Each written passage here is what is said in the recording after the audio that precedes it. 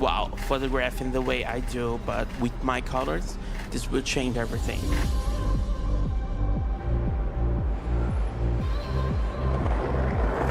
I got to see each frame, each position of its wing, and they're so beautiful that I have never seen before.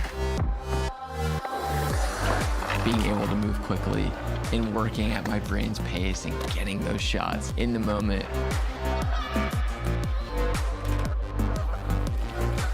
Having this camera allows you to go out and create the way you want to create.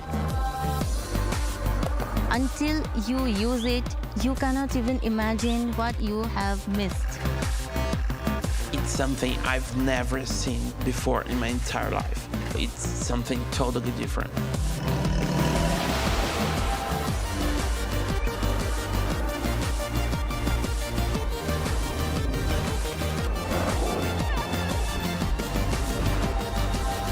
Nikon Z6 III.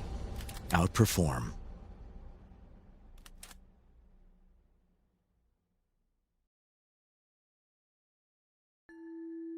Introducing ISO Color Edge. Precision is essential for any professional working with images. Whether you're an artist, a retoucher, or a visual effects specialist, you need to know that what you see at the start of a project is precisely what you'll get at the end. Color Edge monitors give consistent, reliable accuracy that guarantee no surprises within your color workflow. So what you see in real life is what you see on screen, and what you see on screen is what you see in real life. That's precisely why professionals all over the world trust ISO Color Edge for their image creation. ISO Color Edge. Discover living, breathing color.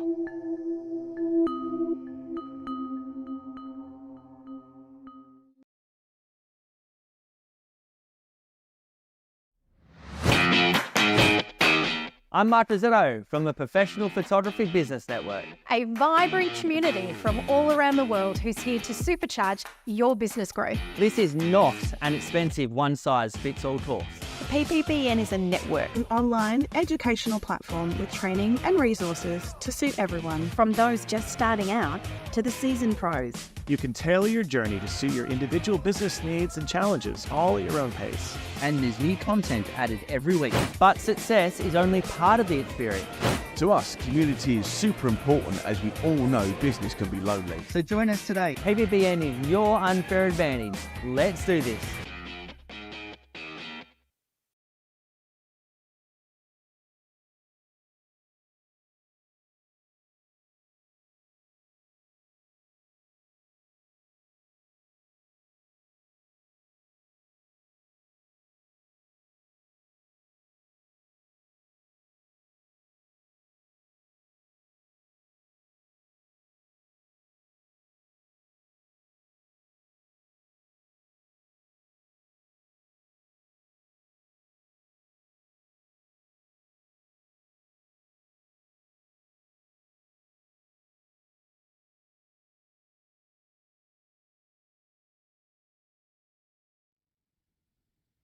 Hi, everybody. Welcome to the judging of the Photographic Artist category in the 2026 Australian Photographic Prize. It's excellent to have you here wherever you're tuning in from. We hope you enjoy seeing some really spectacular work in this category today.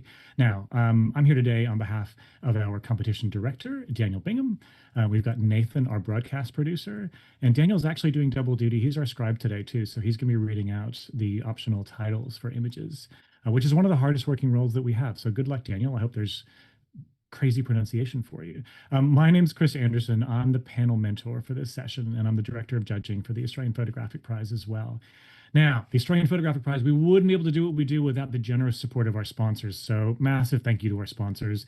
Nikon Australia is our major sponsor, and they're awarding the overall Australian winner with Nikon product valued at up to $5,000, which is spectacular. AZO as well is providing our runner-up a prize of a Color Edge CS 2731, and that's valued at $2,000. So first and second place prizes are amazing. And if you're an international entrant, our overall international winner wins a 12-month membership to the Professional Photographers Business Network, and that's valued at $1,000. So PPBN, AZO, Nikon, thank you so much for your generous sponsorship. We really couldn't do this without you. Now, today we are here to judge the top 30 images in the Photographic Artist category. So, I'm going to tell you a little bit about the category. The Photographic Artist category celebrates the creativity and skill of composite photography across any genre or theme. And the post production rules for this are open, which is our most permissive post production rules. You can use any kind of Photoshop technique that you like. You can bring multiple images together. We don't allow AI. We don't allow stock photography. And for this competition, for this category, individual elements can be as old as you like. So in all other categories, entries have to be on or after the 1st of January 2021. And in this category, composite artists can reach back into their library of work, which is really special. So, in our session today, what's going to happen is this expert panel of judges that is a truly international panel. I'm so excited about this. You'll meet them in a minute. They're going to assess every single one of our images one by one. We'll score each image out of 100. Every image is at least going to get a comment, and in some cases, a challenge. And when there's a challenge, we're going to discuss the image in more detail, and then we're going to rescore. Now, when our session is done, the next stage is closed door judging, where the panel is going to deliberate to determine the winner from our highest scoring images. Now, if you want to find out who wins, you've got to come to our awards ceremony on August 13th. That's where we're going to announce for the Photographic Artist category our first, second, and third place, and for all of the categories. And then our division and overall winners. So our Australian first, second, and third place for this category, as well as our winning international image will be revealed. Our judges won't even know this ahead of time because it's a secret ballot that we use to judge. So sorry, guys, and you cannot get that information out of me. It doesn't matter how much you try and send me snacks by Uber Eats, although, you can try. Just won't be successful. In a moment, I'm going to introduce you to this crazy panel. But first, we're going to have a slideshow of the top 30 images in Photographic Artist. Daniel Bingham, all yours.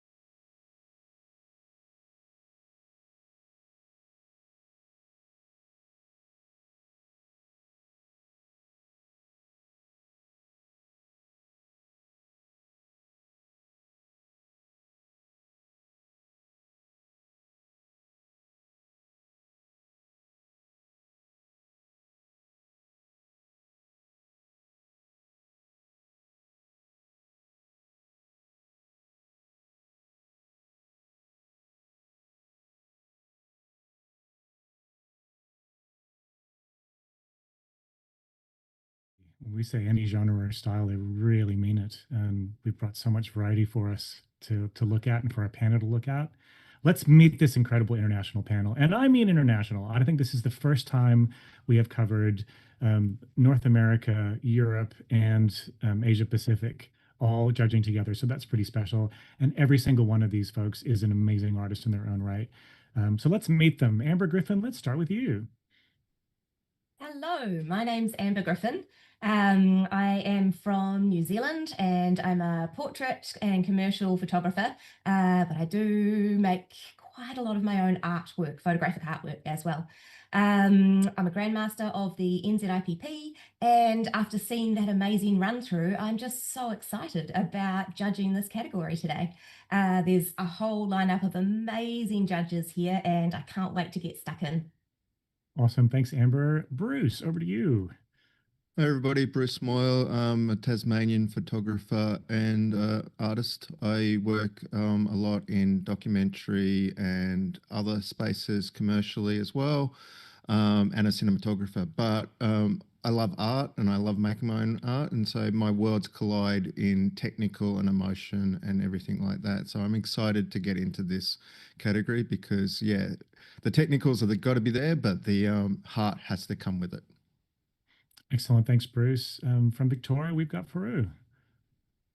Hello everyone, this is Furuyavari from Melbourne. I'm a visual artist and also full-time fine art portrait and fashion photographer as well. I studied painting in art university and I've been in the art industry for about 25 years. I feel old. Um, and also, I have my photography business, 11 years in Australia. And I think it's since 2015, I started to entering many photography competitions.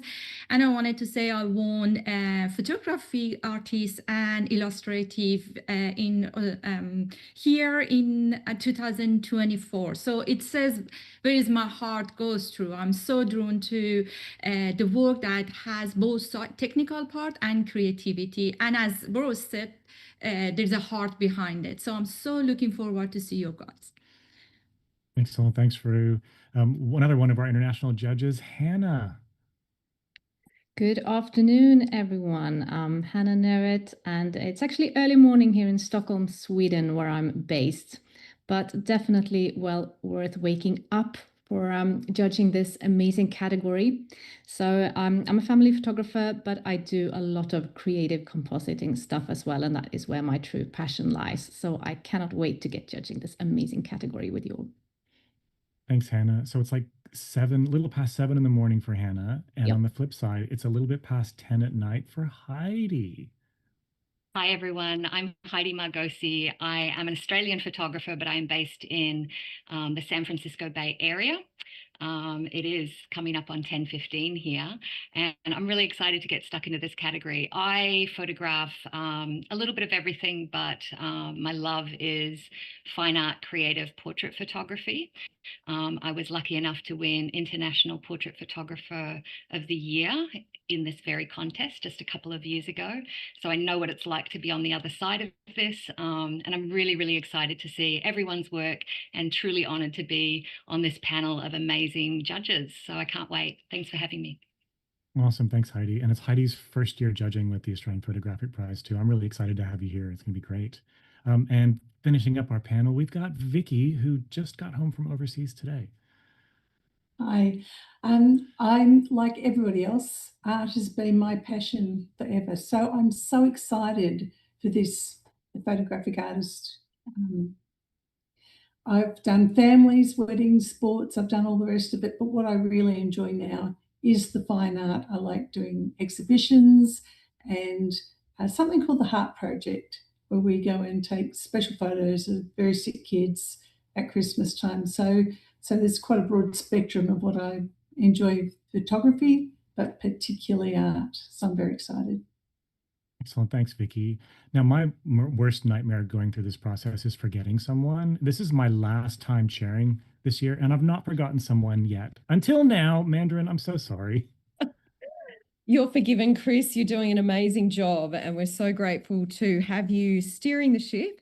Really excited to be judging with everyone today. My name's Mandy. I'm a Melbourne photographer. I've spent my life shooting portraits and landscapes and all different things, starting back in the days of film and darkroom, where I actually used to do my own compositing in the darkroom with burning and dodging and different masks. And yeah, was really influenced by some of the old master photographers in this process. And I'm so grateful to be judging this because seeing where everyone's minds go with their creative voices in this category is really at the heart of it. And so there's some amazing images, really looking forward to it. Thanks, Mandarin. I don't know if you saw Amber's face when you said you did darkroom compositing work, but she lost her mind a little bit there, as she should. So that's pretty incredible. Look, I want to say, if you're at home listening to these judges, go look them up and go look at their work, because every single person here does amazing work and it's worth checking it out. But today, they're not the stars. You guys are the stars and your entries are the stars. So is everybody ready? Are we good to go? Fabulous. We're going to start our panel today with Amber, Bruce, Fru, Hannah, and Mandarin. And Heidi and Vicky are going to be in reserve for just a minute. And I'm going to keep people rotating through the panel pretty quickly, too. So when you get a break, it won't be for too long. Daniel, let's have our first image, please. Hello, this image is entitled Still Life Using Tomatoes as Vases.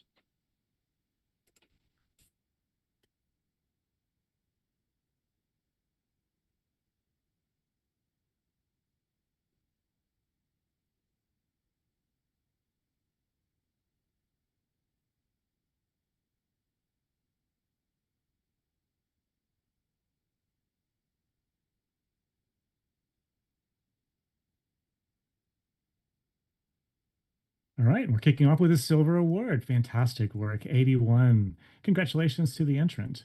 I'm going to go to Bruce for a comment on this one. Bruce, you were right on the average. Thanks, Chris. I actually really love how you've used shadow. This is something that doesn't get used a lot in a lot of still life, like when you're projecting the shadow up onto the back wall. So I congratulate the author for doing that. One thing I would probably do in this category is really look at some of the textures in that background and see if they don't distract too much. You have the option to actually do a bit of work on that. Excellent. Thanks, Bruce. Now, I warned you I was going to do some quick changes. We're going to start. So, Vicky, you get to come onto the panel, and Amber, you get to have a break after your one image of judging. I know it's hard work, so enjoy it. Let's have our next image, please, Daniel. Norwegian tapestry.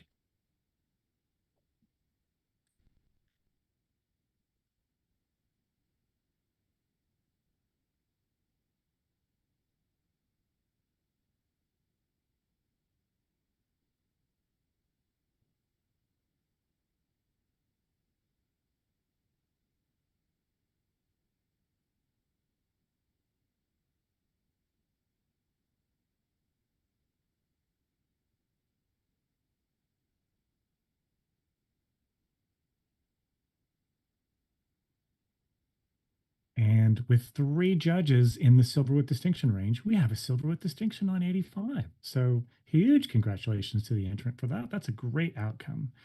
Let's see. I'm going to get a comment. Who am I going to go to for this one? Faru, I'd love to get a comment from you, please.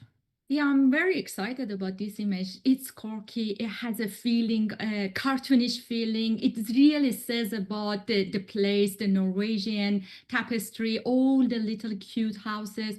I think like it sits very well with silver distinction. To think about taking it higher, maybe a little of cookies or a story, something that we discover inside it, and we got excited and we jump out of our chair. That's good feedback. All right. Bruce, you can have a short break, and we're going to bring Heidi onto the panel for the first time. And Daniel, let's have our next image, please. The balcony garden.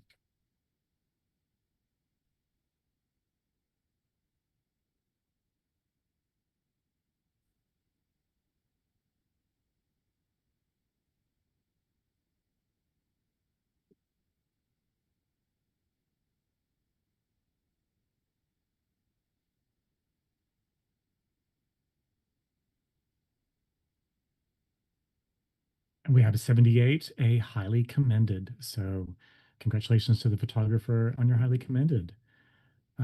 Mandarin, let's go to you for a comment, please. Yeah, it's very striking. I'm really enjoying the monochromatic background with the little, I think it's tomatoes with the flowers in them.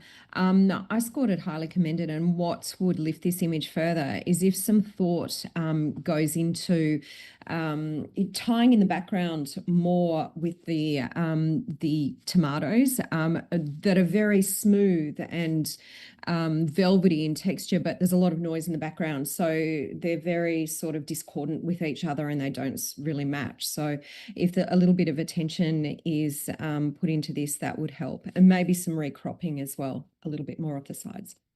All right, thanks, Mandarin. Amber, let's bring you back on. And Farouk, you can have a little break. We'll have our next image, please.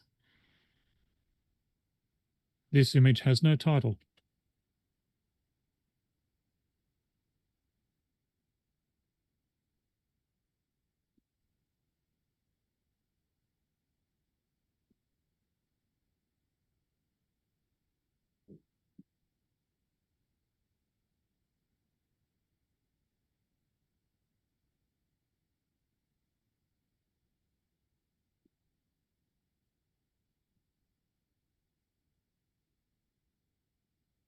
Okay, we have an 82, a silver award. And let's see, who am I going to go to for a comment on this one? I'm going to let's go to Hannah. Hannah, you were right on the average for this one. Yes, I'm really enjoying the sense of emptiness in this image. Good use of lots of negative space here and having the actual subject quite small in the middle, because I think that is what the author is trying to convey here. So well done. It's an intriguing image, and I'm it makes me wonder what place this is and what this is about. To improve this, the tree is sort of almost in the middle, or actually it probably is, but then you have the birds on the left-hand side, so it feels like it's a little bit off balance to the side. So cropping this slightly differently, I think, would help to place the whole main subject, so to speak, in the middle. And also you have a really dark side to the left and a very bright side to the right of the image. So to balance that lighting a little bit more across the image so that our eyes are drawn to the middle of the image would help. But it's a striking image, so well done. Excellent. Thanks, Hannah. Hannah, you can have a little break from the panel now, and we're going to bring Bruce back on. We'll have our next image, please, Daniel. Rain or shine?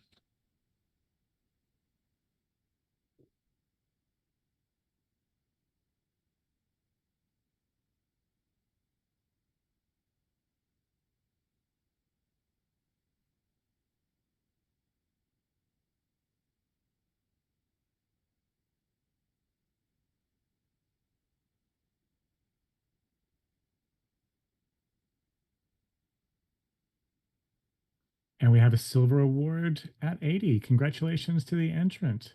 Heidi, you were smack on the average with that on 80. Yeah, thank you. I really enjoy this image. There's a lot to take in, so I almost wish I had more time with it. But I'm really enjoying the layers and the leading lines. And it seems like everywhere I look, there's a little story happening. So as I said, I just kind of want to dive in deeper. I think if I was looking to improve it, the symmetry just feels just a tad off to me. And obviously, it's probably because you've got these leading lines that are sort of coming over that I can only assume is the boardwalk of the jetty.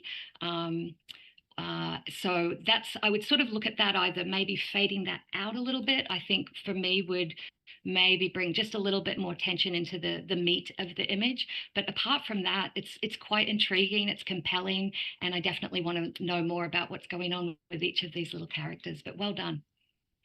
Awesome. Thanks, Heidi. Mandarin, we're going to get you to take a short break, and let's bring Faru back on. Daniel, next image, please. Icarus reimagined.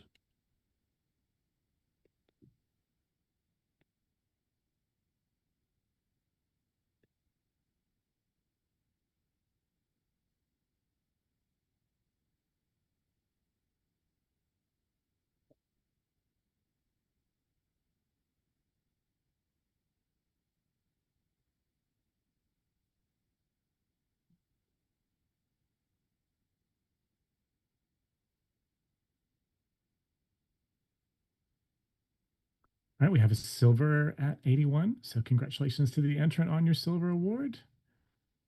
And looking around the panel, I'm going to go to young Bruce Moyle, has stuck his hand up. He's on 87, which is in silver with distinction, and he's keen to challenge. So the challenge is all yours, Bruce.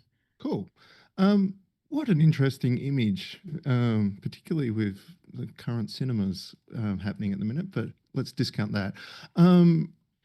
If this is a composite that is put together and doing that Renaissance sort of those paintings like Michelangelo, and that, which is definitely what it's been referencing here, it's done exceedingly well. I bet if you put this in front of some people, a lot of people would not think it was a photograph. They would think it's a photograph of a place. And to me, that is excellent technique. I think as a story, you could pull a lot of things out of this. I'm not 100% sure of all the story in this, but you could read each panel with a different part of it and construct your own story in some biblically or epic way, angel falling from heaven, or, war, people breaking chains, there's so much here to look at, and I really just want everybody to have another look at it and see what else they can interpret. And yeah, and let's have a discussion and see if it's worth a few more points than 81. I was in silver distinction. Thanks, Bruce. Amber, you were in the highly commended range for this. Yeah, I was. I scored this image as 77, and I'm sorry, I don't know what Icarus is. And I think that when I see this, I see it's a photograph of a ceiling, that I assume that artwork is already on it. And I feel like the large face in the top has been composited into that photo of a ceiling. So if I'm wrong in that interpretation, then I would love to be educated, but that is how I read this image, and I feel like it's quite uncomfortable with it in the current scoring range. All right, thank you, Amber. Vicky, can I get a comment from you? And if you have awareness of this original piece, that'd be great to mention as well. I'm not sure if this is one original. It looks like a composite of several old masters to me. The story of Icarus is, of course, he who flew too close to the sun and died because he wanted to get too close to the sun. I think this is done in the most beautiful, painterly way. I only have a problem with the very large body with the chariot running across it has just taken me away from the rest of the scene. If it is about Icarus, I can see a part of that, but I can see something that just doesn't quite gel with the size, the shape, and everything else. And I might be missing something in it, but to me, that was what stood out. And that's why I gave it 81. All right, thanks, Vicky. Have you got a quick comment? Yes, I have a comment. For me, is like it's a composite image by putting that large face or figure in the center of the painting of the ceiling. I feel like when it's going back to the story of Icarus, as Vicky mentioned, that I feel like the author trying to say another story here is just like the Icarus actually try to reach to the sun, but it's love story. Because of that, you can see the face of a woman actually looking through the sky like a goddess, and Icarus fell down because he couldn't reach. So in my interpretation of the composition of that ceiling, the painting, and the composite of the large figure is this. I think it's very well captured. I give it 83, Bruce. I'm just 2 or 3 points away of coming up. But the thing that really holding me beside a very well composed and captured is there is no symmetry in this image, which you wanted to see. And especially the right side, the color palette is cooler. The left side, the color palette is warmer. And we are in this category. We can just create the symmetry compositionally, color palette, and lighting as well. But I think because it's very well captured and there's a story behind it, so I think like I'm open to it. All right, thank you, Farouk. Bruce, back to you. Sure. Thanks, everybody. I think, yeah, the Icarus, the man who flew too close to the sun and his wings melted because they were made of wax, is definitely there and the sort of happening through it. And I read the big figure as somebody who was potentially looking or, witnessing the act of, trying that much ambition, a young person, in whichever way, like positive or negatively. I think the color tone across it makes it a bit more realistic to the idea that it was taken at the time. Yes, a lot of the time in this category, we're looking for technical precision, but that could be an actual thing to make it feel like it was taken in a real space. I don't know if it was or not. So I'll take that as whatever you feel. Yeah, I think hopefully the story helped a little bit, Amber. But yeah, I think 81 is a little low. I think we can come up a little bit on this one, guys.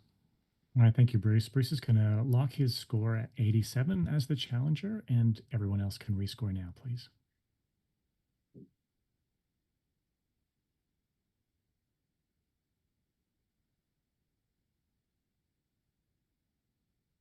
And we've moved to an 84 and even more solid silver award. So excellent discussion, everyone. Well done. Now, Heidi, we're going to give you a little break. Oh, no, we're not. We're going to give Vicky a break. Sorry, Vicky's been on for quite a while now, and we're going to bring Hannah back on. And then Daniel, let's have our next image, please. This image has no title.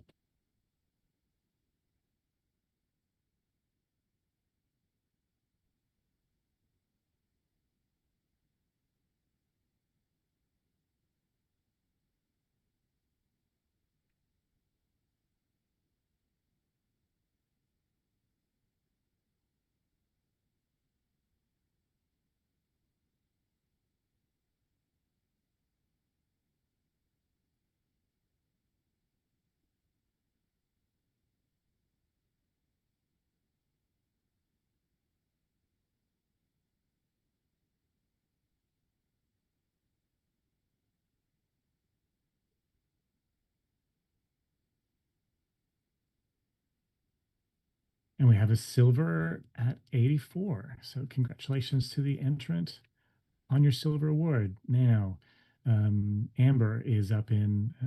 Bruce has hit his challenge button, but that might be the Oh, wrong button sorry. to hit there. But Amber has hit the correct button. But she's hit challenge. She's on 87. She's in silver distinction, and she is itching to talk about this image. Challenge is all yours, Amber. Thank you. Wow. I definitely think that this sits at least in the silver distinction range. I'm finding this judging very fast, and a lot of these images have so much in them to see. Sometimes, like, we just need a little bit more time sometimes. So I just really want us to talk about this image. I would really love to hear what you guys see in this image, and then I will respond at the end. Excellent. Thank you, Amber. Hannah, you were at the other end in still 82, a solid silver. Yes, I mean, there's a lot of things to appreciate about this image. The color scale is really lovely, and it's certainly intriguing. And I'm glad you challenged Amber, so we get to talk about this. I think I'm going to need some help from my fellow judges to understand the narrative here. I am struggling to understand, how this upper figure with the headphones and the book on paleontology connects to the sort of bottom part of the upside down world here with the painter equipment there. So if someone could help me understand and see a narrative here, then I'd definitely consider coming up. All right. Thank you, Hannah. We're gonna get a couple people to talk on this. We're gonna go to Bruce next. Bruce is on 83 in silver.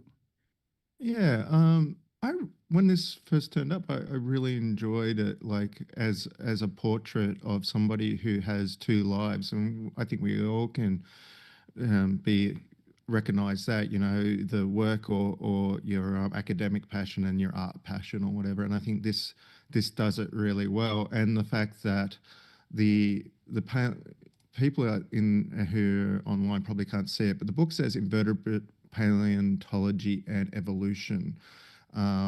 So there's obviously a science bent, and somebody who's really interested in things there. And the bottom is like, the painter's palette and everything like that, and all the colors. So I found it really intriguing story-wise of the dichotomy of the two worlds, which actually do blend together really well. And the dress or whatever is perfect choice for that.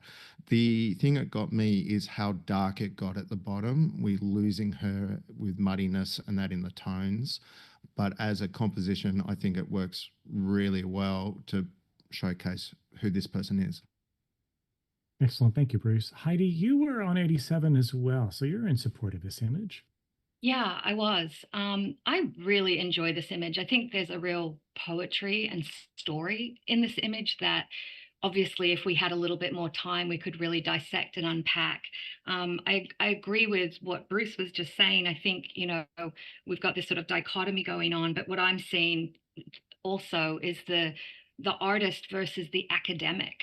And, there's this sort of almost way in which the artist is sort of hidden and underground, and I wonder if that's a commentary on this person. I really love the color palette of it. I love the earthiness.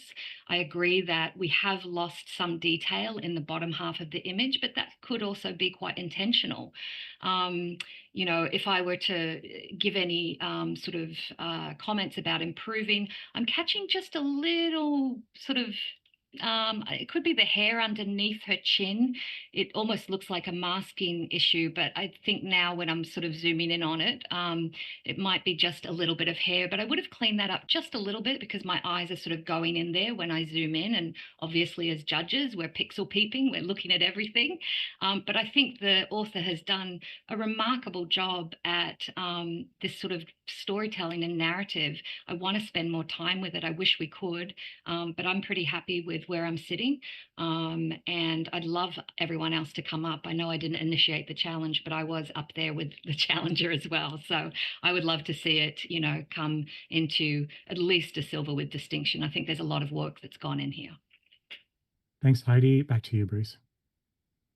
It wasn't me, it was Amber. Oh, well, that would be foolish of me to go back to Bruce. There you go. Back to you, Amber. I apologize. No worries. Okay, so thank you for that interpretation, Bruce. I think that was very similar to the way that I read the image as well. I think that the reason that it's so dark in the lower part of the image is because the artist in this person is somebody that she keeps hidden. And it's someone who maybe is really hidden within her heart, and that is who she wants to be. But for whatever reason, she has to be in the scientific world and in the academic world, maybe. So I really think that the darkness is totally intentional. And the little bit under her chin there, I have, as you guys have been talking, I've just been pixel peeping the whole image, and that is the only tiny glitch that I can find in there, which is incredibly minimal. So I think we need to be very considerate about what we remove for something that small. The use of texture throughout the whole image, and particularly over the top of that, the sky in the top half of the image, normally I find that heavy use of texture to be like really overwhelming, but I just think it works so very well in this image. It really adds to the image, and it's not often that such a heavy texture will do that so well. The technical compositing that has been done here is actually of a very, very high standard, and I think I was too shy on my 87. I think it's a very, very cleverly put together composite in a simple composition. Now, no one's really talked about the tree roots and how these add to the narrative of the story, but if you see in the top half of the image, those trees have been burned down, and in the bottom half of the image, the roots of those trees are reaching really deep. So there are many interpretations that we could think of for that, but I think that that's a really important component of the story. And there's a lot of thought that's gone into this. I think we really, really need to reward it. I'm on 87, and I wish that I could move. All right, thank you, Amber. Amber's going to keep her score at 87, and we're going to ask all other judges to rescore now, please.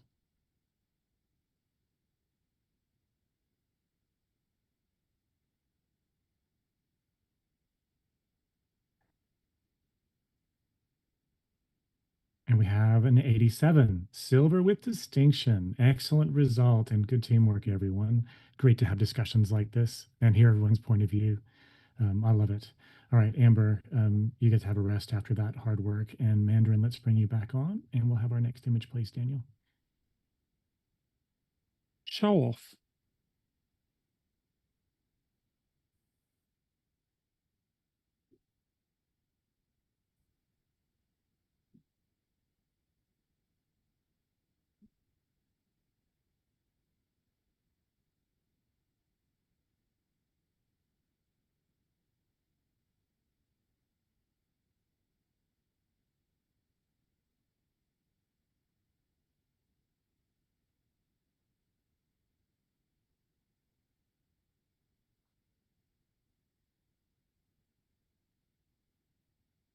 And we've got a silver award on 80. We've got 4 judges in that silver range.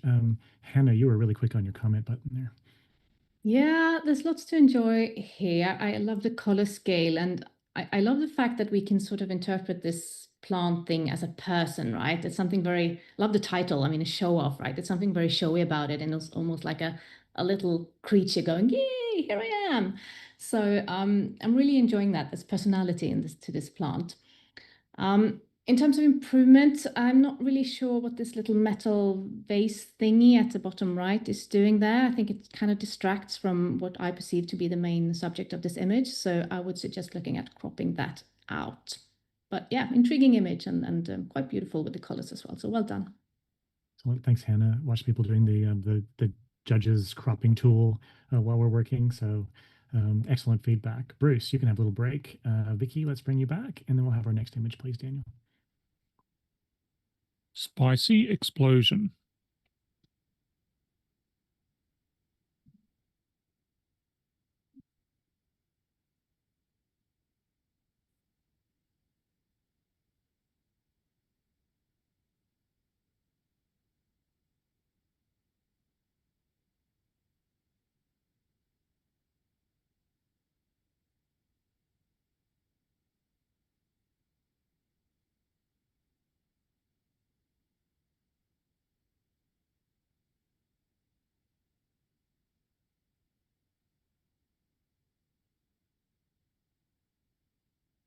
We have an 82, a silver award with a good spread of scores around the panel. And Hannah Narrett is on 87 in that silver with distinction range. She's gone for that challenge button. Hannah, over to you. I want to challenge this. I'm really enjoying this. It's such a creative concept and a great way of representing, you know, this super spicy taste that you would have if you ate one of these peppers. Just this, you know, using a grenade as representation of that explosion that happens. And also, I think technically it's been really well done. The lighting is nice. The compositing part has been handled beautifully, and I love the feeling of you know, motion in this picture as well. So yeah, I think this is definitely worthy of going up in the silver with distinction range. Thanks, Hannah. Vicky, you were in the top end of highly commended for this one. Yeah, I'm glad we've got time to look at it again. It is a beautifully balanced piece. And I think the artist's intent is clearly there. I just don't think it came together as well as it could have. I'm unsure, and it's my own fault, I'm unsure what that piece of equipment is. Obviously something to do with chilies, but it just doesn't, the whole story, the narrative doesn't gel for me. That was why I gave it highly commended. All right, thanks, Vicky. Maybe someone else on the panel can help with that. Mandarin, you were right on the average on 82. Yeah, it's definitely an explosion of color. It's very visually stimulating, this image. It's very cool, great idea. I scored it a silver, and where there's some points of improvement, I actually, when you've got an image like this, the first thing a judge is going to look at is the compositing element. And yes, it is for the most part technically quite well done, but there are definitely parts where the photographer has missed out those finer details, like in the lower left, for example, near that first chili that's popping out. So there's a few little elements in that circular chili bouquet where this happens. So that's just brought me down. Also, I would have loved to have seen a slight shadow from the chilies against that implement, whatever it is, to give a bit more of a reality and not such a cut out effect. All right, thanks, Mandarin. Hannah, let's come back to you for a right of reply. Yeah, I mean, to me, the story here is quite clear, right? This is some sort of explosive. I'm not an expert in things that explode in any way, but I see this as a grenade, you know, that's going off and an explosion. So it's, to me, it's a very clear representation of, you know, something really, really spicy. In terms of the technical stuff, there are some, if you go in really, really close, yes, I agree that there are some tiny details where the mask has been missed, but those are really tiny and you have to get up really close. And I'm not asking for a gold here. I see those, I acknowledge them, but it is what's keeping me out of gold, not necessarily out of the silver with distinction range.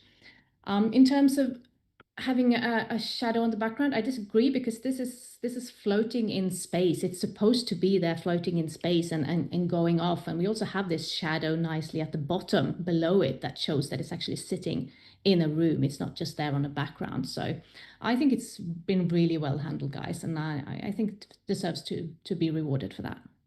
All right, thanks, Hannah. Hannah's going to leave her score at 87. Everyone else can rescore now, please.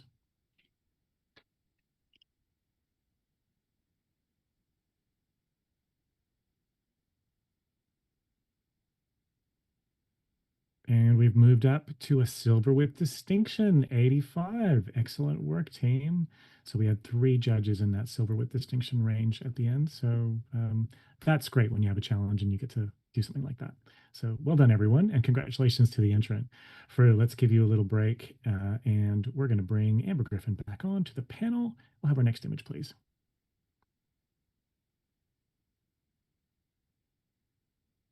This image has no title.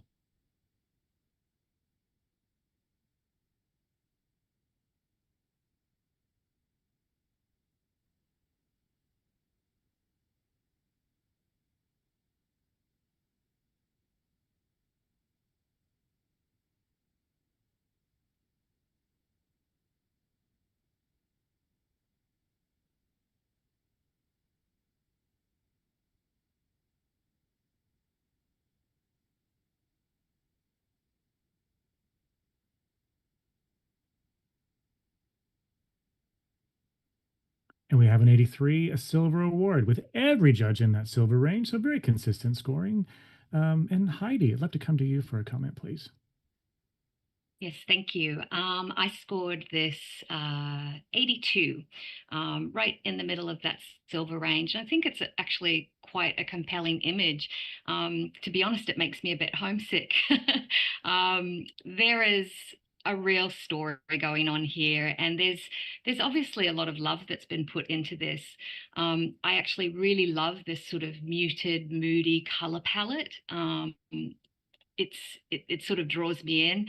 And of course, we've got these beautiful little silhouettes of the kangaroos, which just adds to that story. And you sort of just want to follow the path and sort of walk up closer to them so that they come into into vision a bit more. I am The only thing that sort of stopped me from coming up was I'm not quite sure, and maybe the other judges can weigh in, what's on the left in silhouette. I'm not sure if it's a mailbox or a letterbox.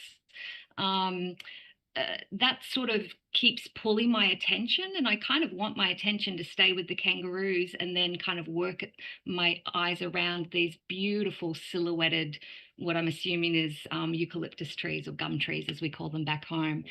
I don't mind the sort of heavy vignetting on the edges. I know that we do lose some detail in the blacks as we edge out of the image, but really the story and the meat of this image is right in the center. And I really enjoy it, but I'm really interested to hear what everyone else has to think. Well, I don't want to go to too many other people. Can anyone answer the question about what that thing is? Because I do think it's a letterbox. Yeah, I think it's a letterbox. All right, let's just go with that. And we're going to do a judge change. So thank you for that feedback, Heidi, and congratulations again on your silver. Bruce, let's bring you back on. And Hannah, you can have a little break. And we'll go to our next image, please, Daniel. Manholes of Croatia.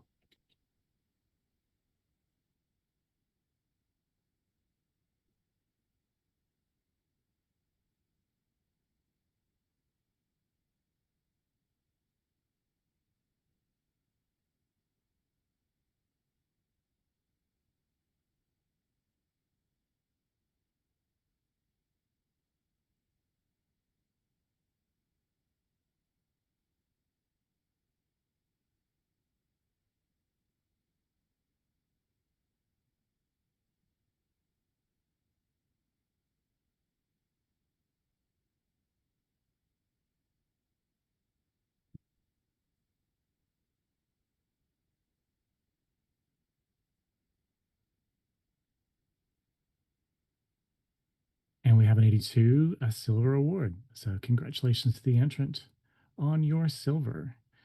Now, who's sitting right around that? Let's go to Amber for a comment, please. Sure. Wow, what an interesting piece of art with so much to look at. And I really enjoyed exploring and trying to find sort of connections between the different manholes. The only duplicate that I think I could find here was the bright reds. And I found compositionally the way that both of those images that seem to be the same manhole. I'm not sure that that was a wise choice to duplicate that particular panel within something that everything else seems to be a unique piece.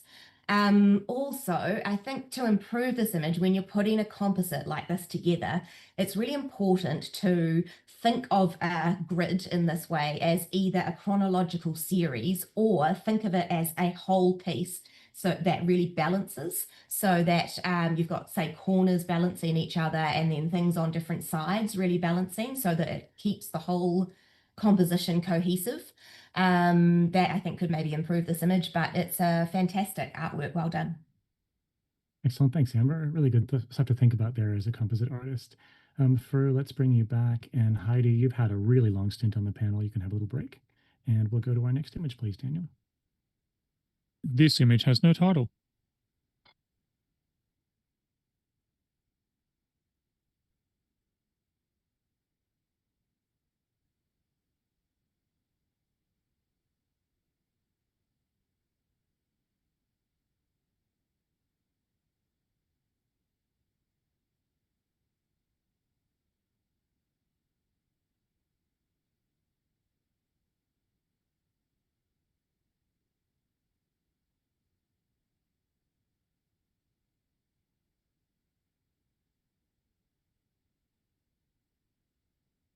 And we have a 79, highly commended with 3 judges in that range.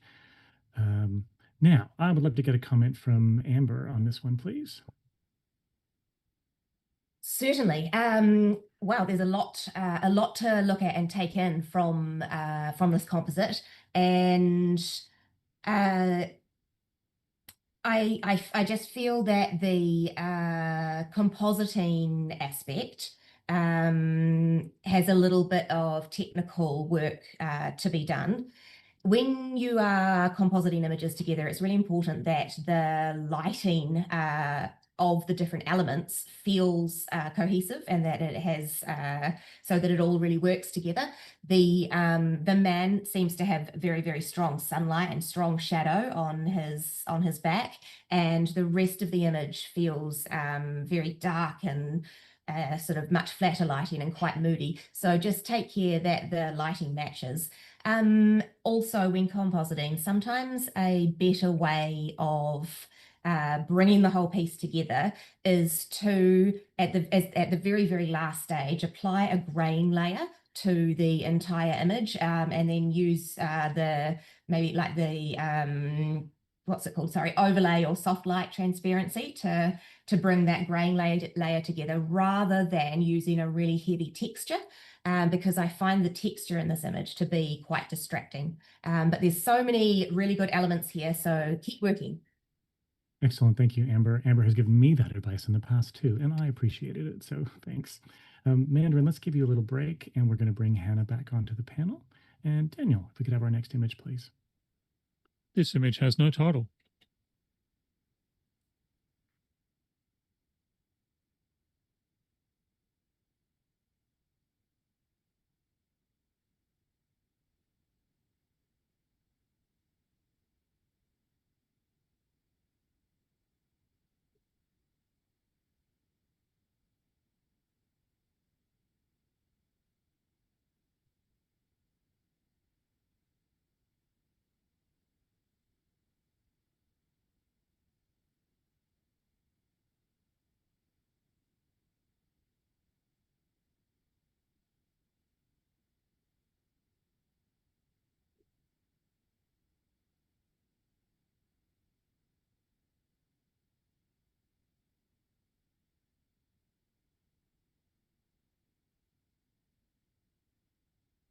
We have a 79, a highly commended. with 3 judges in that range. And Vicky's on 85. She's in the silver with distinction range, and her hands shot up to challenge this. So, Vicky, the challenge is all yours. Thank you.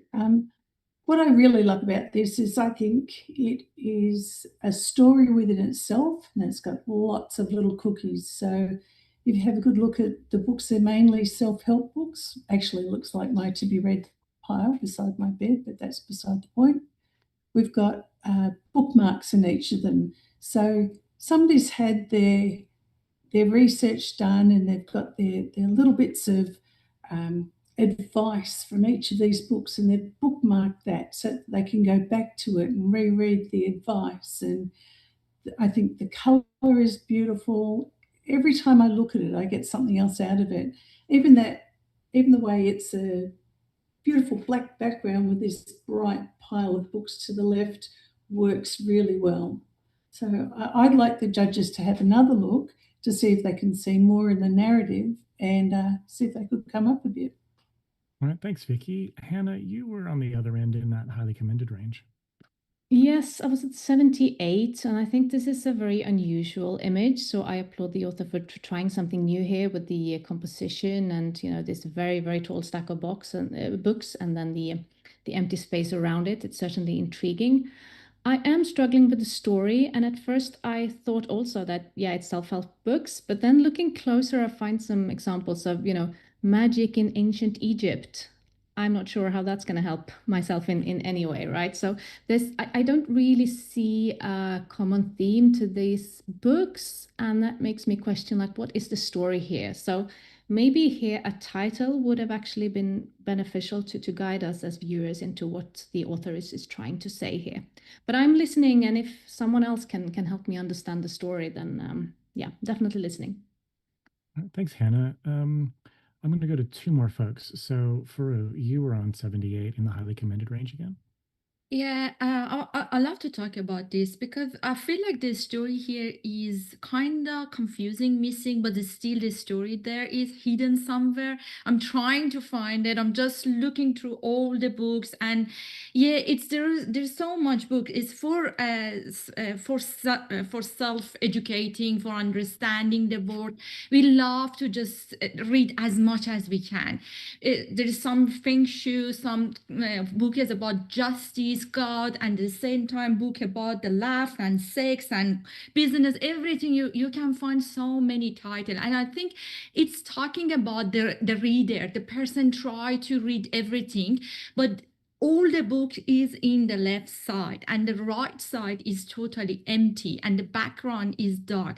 To me, is like the book is the only solution. That person is just going forward, but still is not getting anything to create a balance, to find what's the way, to find what is. So I think the blackness, the emptiness of the right side is the answer, or is just clarification of what exactly the story is about. So I think like I gave it, my score was 78. As much as I'm looking, I feel like I'm coming up to silver because there's a hidden story and makes my brain a puzzle to solve. But going to silver with distinction, I feel like we need something. So I'm listening and I'm willing to come up a bit. All right, thanks, Faru. Bruce is making a face, which means he's got something interesting to say. Bruce, you were on 83, right in the middle of silver. Yeah, and I reckon I'm going to go up now. I've had that time to really think about this, and thanks everybody else for their comments. I think this is a I can't even say time space of this person. So if you go from the bottom all the way up, you can think about it, them looking for, self-help and religion, and that there's Taoism in there and there's Buddhism and stuff like that. But also once you start mixing in some of the other stuff, it's like, what are the interests at that point in time? What's trying to help them? But then, you get into the ones which are about sex and other stuff as well, which comes and goes. And I'm wondering if there's relationships that have started and then ended and that sort of thing as well, like trying to work out how to be a better person for another person. But ultimately we get to the end where we're always, I think the top one's still back at Buddhism or something like that. yeah, what God said and that. So I think this is and then there's finances and stuff like that. So I think this is a journey of somebody shown through the books that they have taken over time to improve themselves or try to make sense of the world. I think being on a black background just removes all the other ideas out of it. And it does take a little bit for us to find that story, I think. It even hits L. Ron Hubbard in here. So we've got Scientology, we've got atheism after that. So this person's done the gamut. I don't think there's any Christian books in here. There's ones that say God, but most of the stuff is East leaning. But there's even stuff about, finances and like health and that as well. So I'm just wondering if we take it as somebody whose interests have changed over time and they've just been stacked. So I'm taking it as the book on the bottom is the one they started with, and over time they've only gone through so many, they've never read them all the way through. So how much commitment did they put into this? I know we've all got a stack of books. I hope we've all got a stack of books of unread stuff, but also a stack that has been read. But this is an interesting thing. So I think it's worthy of coming up. I'm going to come up to a silver distinction. I really enjoy it. Thanks, Bruce. Vicky, back to you. Yeah, thanks, Bruce. That was just so eloquently explained. I agree with you. I think it is a journey through this person's life and what they've needed at the time and what they've been looking for, whether they found it or not. With Faru, I think this shows also how much we rely on self-help books. We don't just live. We've got a book for this and a book for that, and an expert on this and an expert on that.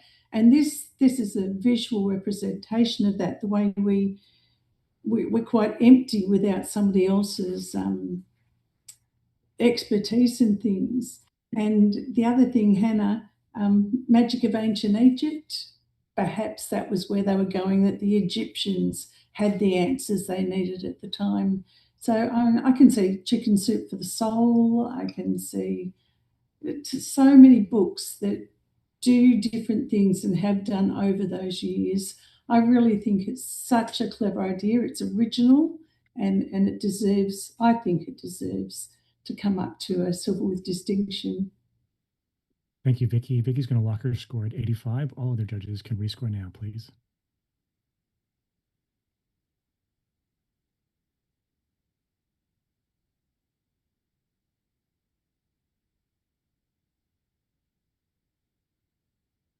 Hannah, just get that score in, please. Excellent. We have an 83, a silver award. So we've moved up 4 points, which is an excellent result for the entrant and really good discussion too. I'm going to go check the size of books that are in my unread pile now and see if I can come anywhere near that.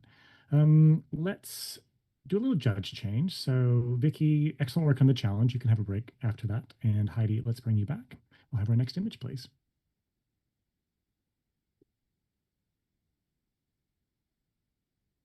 Dystopian cloud.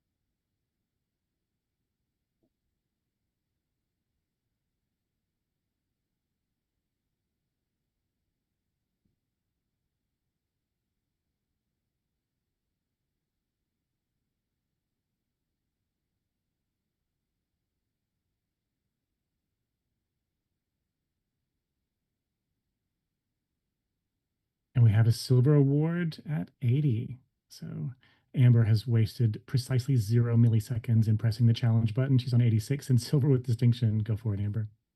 Thank you. I just think we really need to talk about this image. There is a lot to find in here. There is a lot going on.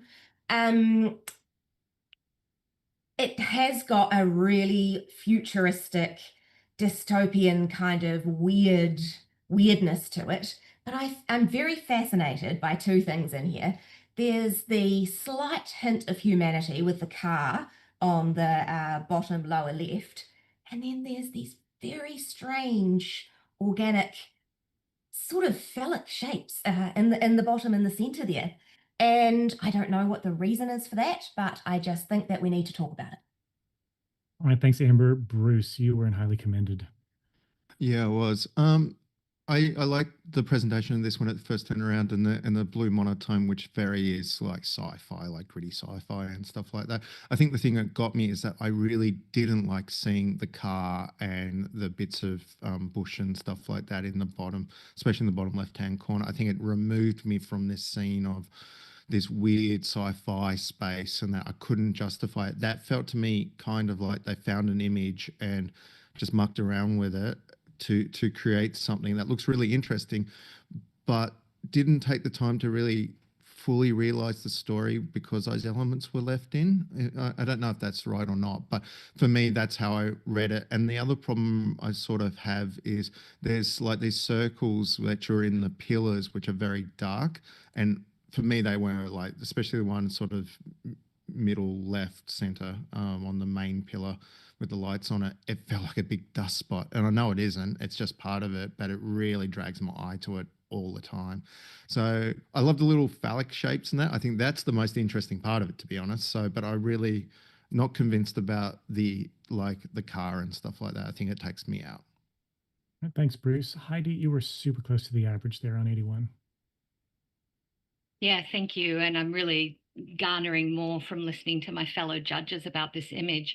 I do think at first glance it is really sci-fi. It's got this kind of Blade Runner-esque, well, that's a old reference, but if you've ever seen the movie Blade Runner, it's got a Blade Runner-esque sort of vibe to it, very sci-fi. I do agree that the car kind of took me out of the moment. I really love the sort of sweeping motion that we get as we move from the bottom of the image up. But sort of if you go to that, top right corner quadrant, I find it to be a little bit muddy. And it's sort of, we've got all of this really interesting depth and drama, and then it just kind of falls off at that top right end. I'm definitely listening. I scored this in 81. But those are sort of, that's what stopped me from coming higher on it. But I do think it's a really compelling image, and I do love the narrative that's sort of coming through here because it's very original. It's very different. Thanks, Heidi. Amber, back to you. Thanks, guys. Heidi, that top, the sort of the space and the calm in that top right corner, I think is quite necessary because it's so busy, the rest of the image, and particularly on the left-hand side with all of those bright whites. I think that is quite an important compositional balance for the rest of the busyness. Bruce, that black spot there, I know what you mean. It draws my eye as well, but it's not really out of place because it is echoed on those same pillars as they travel back in perspective, back into the image there. So I feel like it is a relevant part of it. I'm not entirely sure on the narrative here, so I am struggling to give a reason for that car being left in, other than it's just a little bit of a nod to reality and maybe a nod to humanity. Narrative-wise, I'm not entirely sure why that's in there, but I kind of like the intrigue of it. I really think as far as the compositing goes and the interest within this piece, I think it sits in the silver distinction category. So please give it a few more points. Thanks, Amber. Amber, you can leave your score at 86. Everyone else, rescore now, please.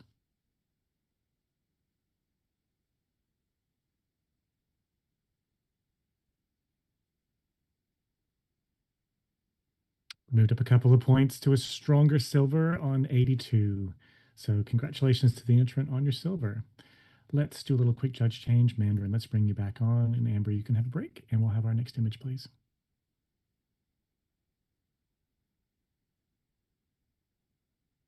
Moonlight Serenade.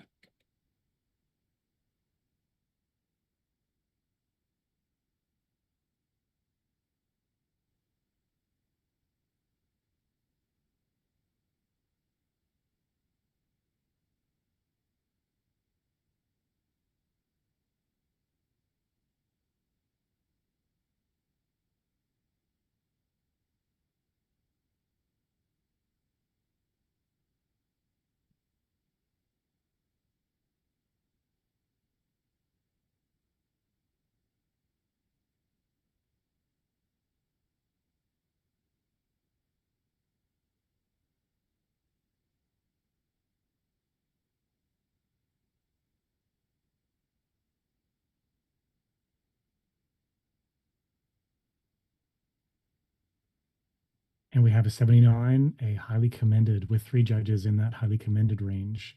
Bruce, you were super quick on the comment button for this one. Sure. Wow. Some the photographer, the author of this is really wanting to show us something amazing and an idea and a sort of a fantasy. Well done. I think the thing we need with this is just a little bit more refinement on how the elements are placed within it. They're all sitting in the right spot, but how they merge together, it just needs a little bit more skill on the lighting, and perhaps looking at the tones across the image to make sure they all fit together. The biggest point I'll give you on that one is looking at that chair in the back left really feels odd tonally to the rest of the scene. So as you match your elements, step back, don't have it zoomed in, actually walk away from your screen and look at it in the entirety, and then make notes and go back in and just refine and refine and refine, and you'll get something amazing. It already is amazing, but you'll get even more amazing. Excellent. Thanks, Bruce. And congrats to the intro on your highly commended. This brings us to the halfway point of the Photographic Artist category. So we're going to have a little break. We're going to hear from our sponsors. Now's a good time to go grab a snack. And we'll see you back here in a few minutes.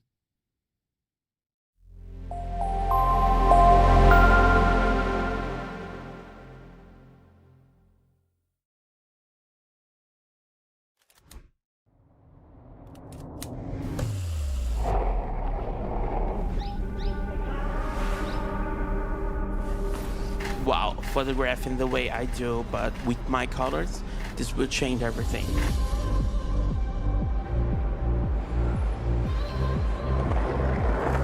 I got to see each frame, each position of its wing, and they're so beautiful that I have never seen before.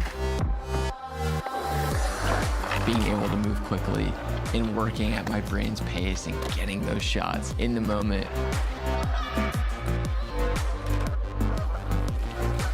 Having this camera allows you to go out and create the way you want to create.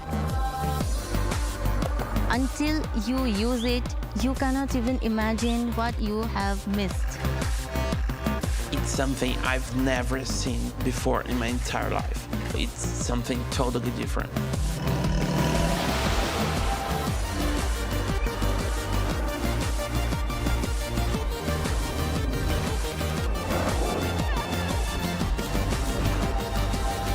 Nikon Z6 III. Outperform.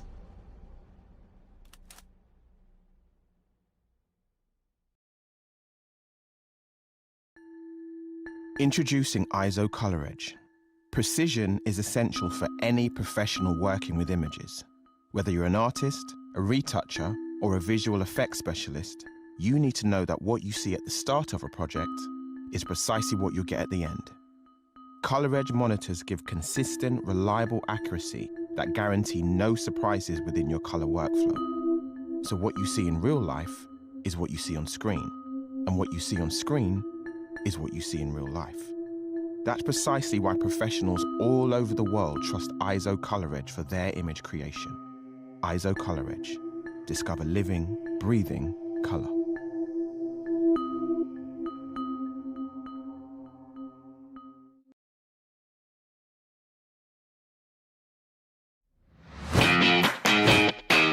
I'm Mark Rosetto from the Professional Photography Business Network. A vibrant community from all around the world who's here to supercharge your business growth. This is not an expensive one-size-fits-all course. PPBN is a network, An online educational platform with training and resources to suit everyone. from those just starting out to the seasoned pros. You can tailor your journey to suit your individual business needs and challenges, all at your own pace. And there's new content added every week. But success is only part of the experience. To us, community is super important, as we all know business can be lonely. So join us today. PPBN is your unfair advantage. Let's do this.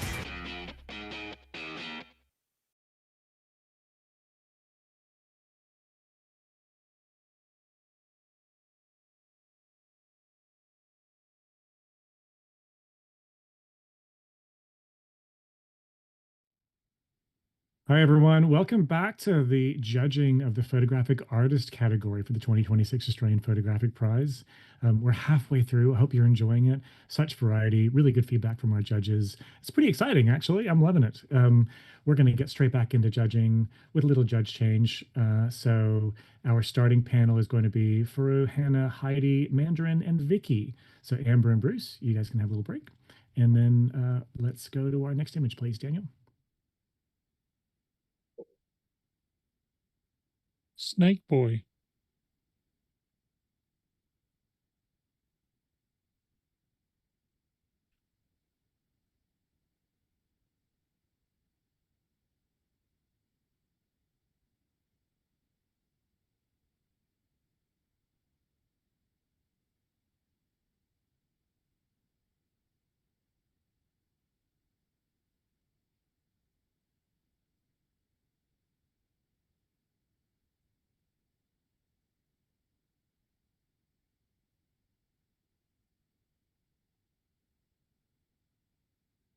And we have a 79, a highly commended. So congratulations to the entrant on your highly commended. I'm looking around our judging panel, and who am I going to go to?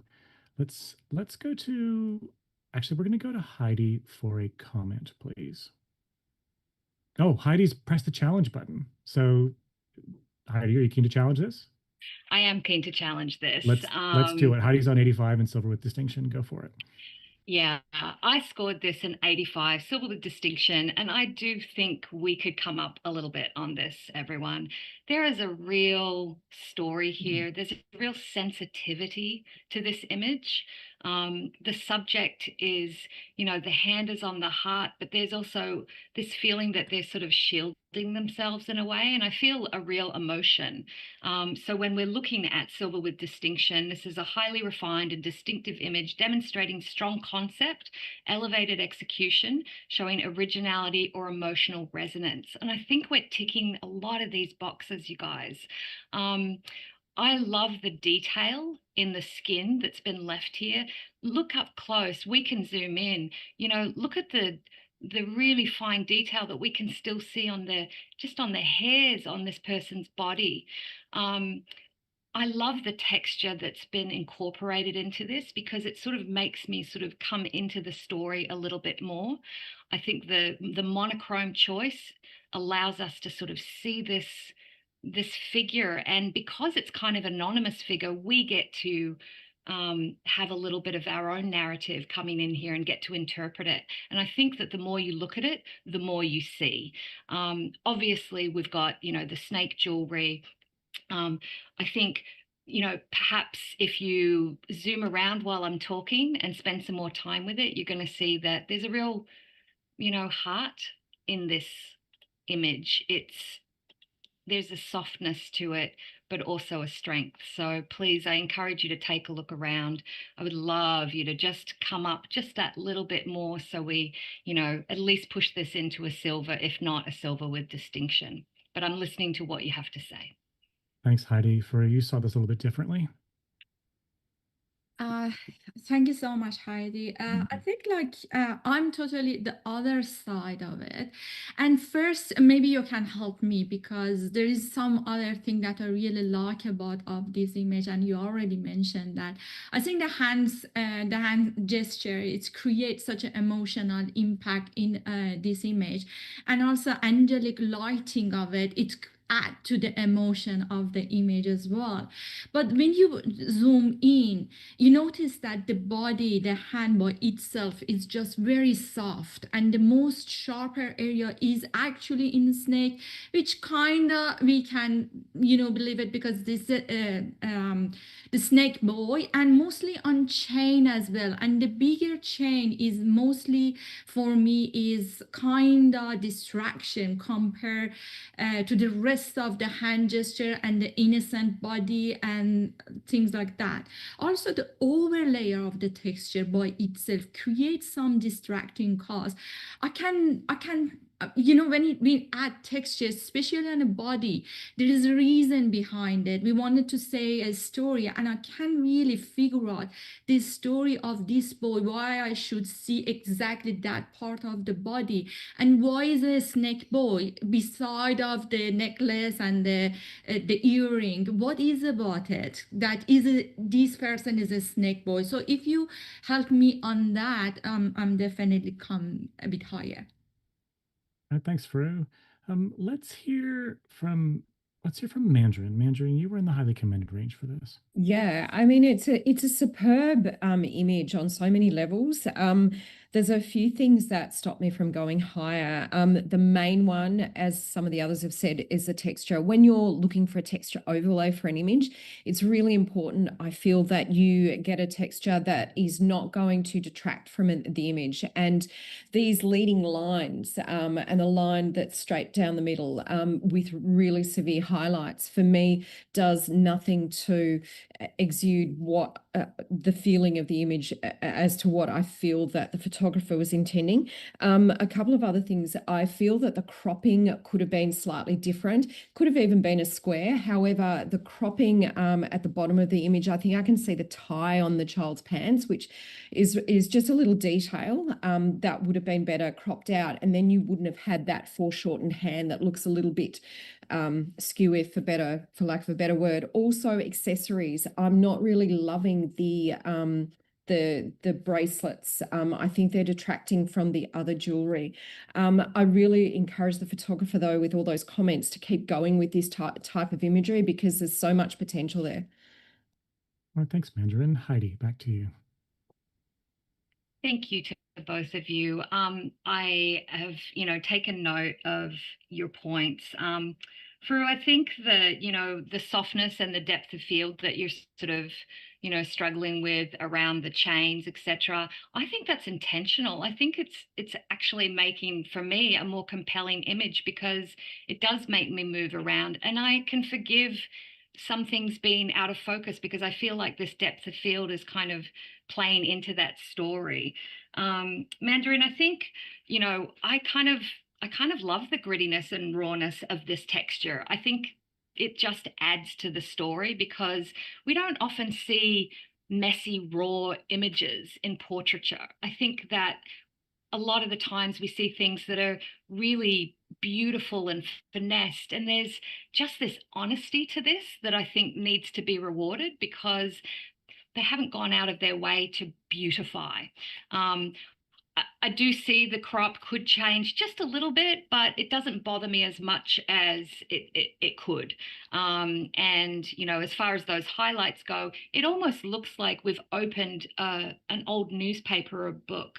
And so that crease down the bottom, to me, adds to the story. As I said, look, I'm on an 85, a silver with distinction. Right now we're sitting at a 79, and I think even if we can commend the author on the originality and the storytelling here, I think that in and of itself really deserves at least a silver. Thank you, Heidi. Heidi's going to leave her score at 85. Everyone else can rescore now, please.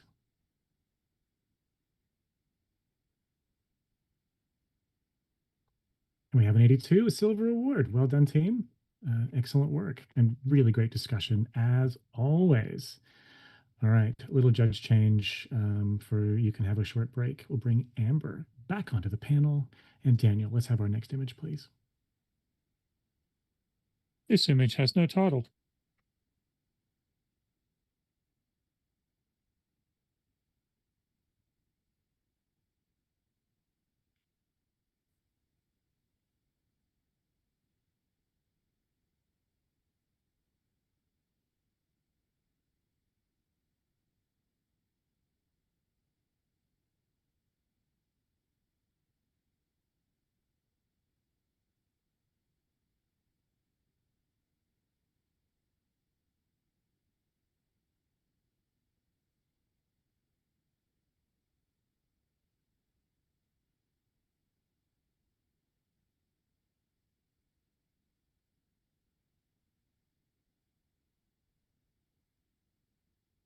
And we have a silver award at 82. Congratulations to our entrant for the silver. So I might go to, are we all happy with that, folks? I'm going to go to Heidi for a comment. Yes. Heidi, are you keen to comment? I am keen to comment. You- I might even be keen to challenge. All right. So we're going to tell you what, guys, when you want a challenge, go smash that challenge button. Make me happy. You want to make me happy? Push that challenge button when you want a challenge. Heidi's going to grab the challenge on this. Heidi's on 86 in silver with distinction. I was slow off the mark because we're coming up to midnight here. So I'm sort of, I've got a perk. And this one really actually woke me up. So I apologize for hitting that challenge button late, but I do want to challenge. Okay. Look at this storytelling, everyone. Look at what we're looking at here. I mean, there is so much to take in. And I'll even talk a little slower, even though Chris will be driven crazy by that. But just to give you extra time with it. Okay. So, there's been a great amount of work put into this. This is a piece of art. This is not just an image, it's a piece of art. And I think that, we're sitting on an 82, I'm on an 86, and you're all pretty close. So I think we could come up.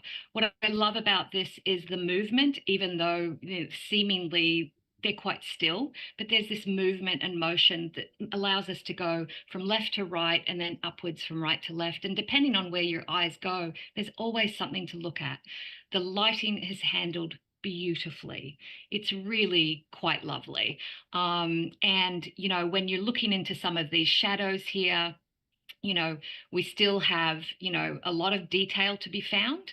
And I want to spend more time with it. I'm really enjoying it. I think it's highly deserving of a silver with distinction.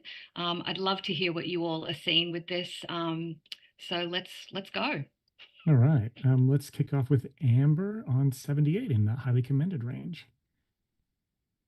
Yeah, sure. Thank you for giving us some more time with this, Heidi.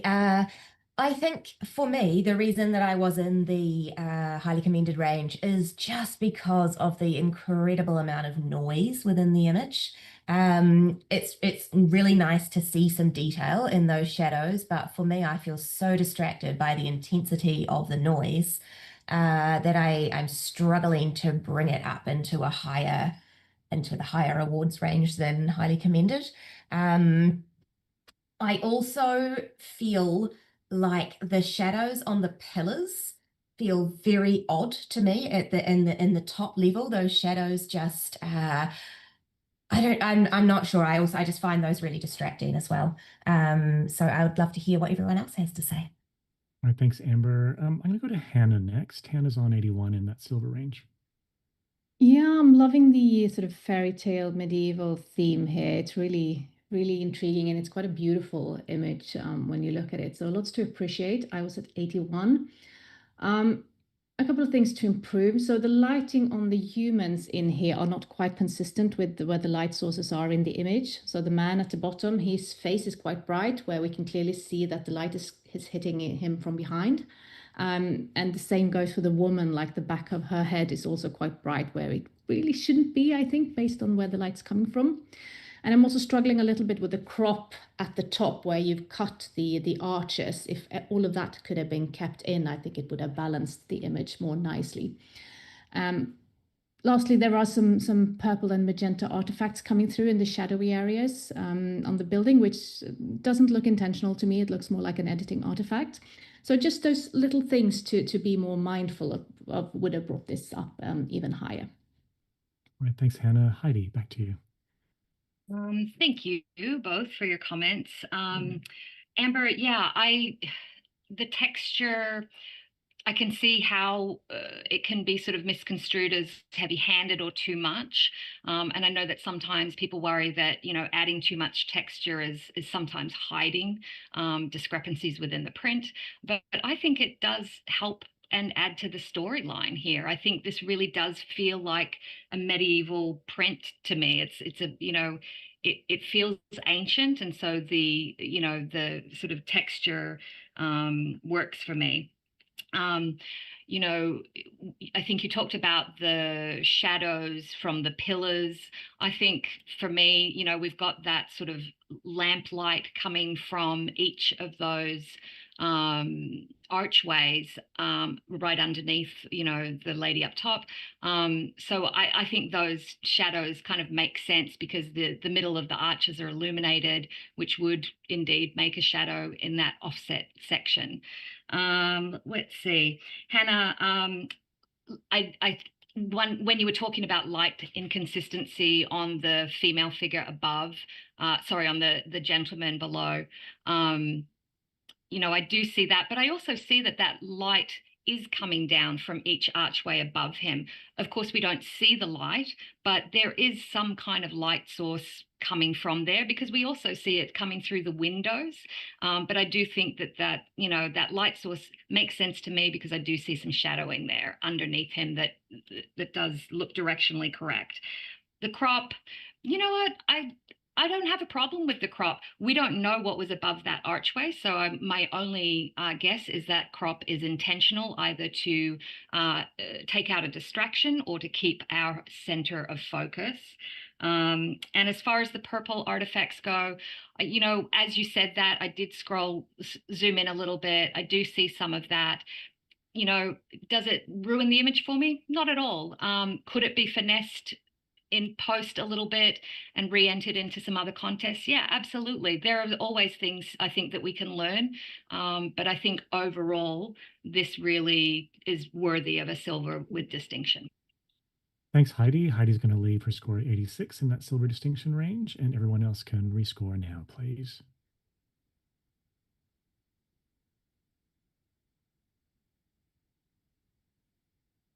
We moved up 1 point to an even stronger silver award with good discussion and really good feedback. It's one of the best things about the Australian Photographic Prize is your combined wisdom helping entrants, whether it's this entrant or entrants from other images with excellent feedback. So thanks everyone for being so excellent at this.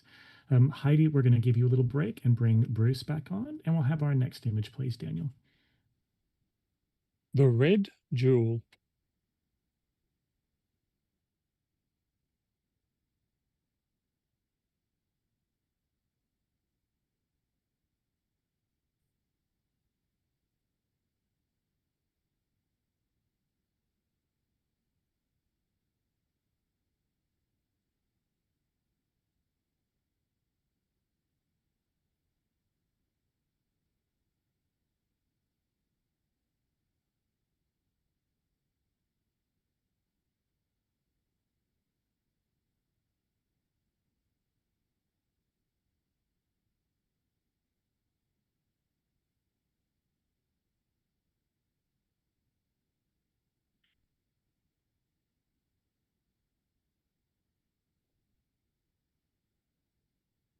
And we have a 78, a highly commended, with 4 of our judges in that highly commended range. Hannah, you were on 77, again, right in the middle of highly commended. Yeah, it's always, I always appreciate images of space. There's something really intriguing about space in general that makes us stop and think about our own smallness and the greatness of the universe. I think my main challenge here is the choice of category to put this in. We are in the photographic artist category where you have no limits to how creative you can be. And I'm not really seeing a creative element to this image. It's a really nice image of space, and I'm guessing there's been some compositing done, which is great, but try to push yourself a little bit more creatively when you have the opportunity, or choose a different category, would be my advice here. All right, thank you, Hannah. I'm just going to put a little plug in for our sister competition, the Astrophotography Awards, as well. So if you head to the Australian Photographic Prize homepage, you'll see a link that says Astro. And there is an entire competition for astrophotography enthusiasts. So that's definitely worth checking out. Thanks for that feedback, Hannah, and congratulations on your highly commended. What are we going to do now? Hannah's going to have a short break, and Farou's going to come back onto the panel, and we'll have our next image, please, Daniel. Do not spit.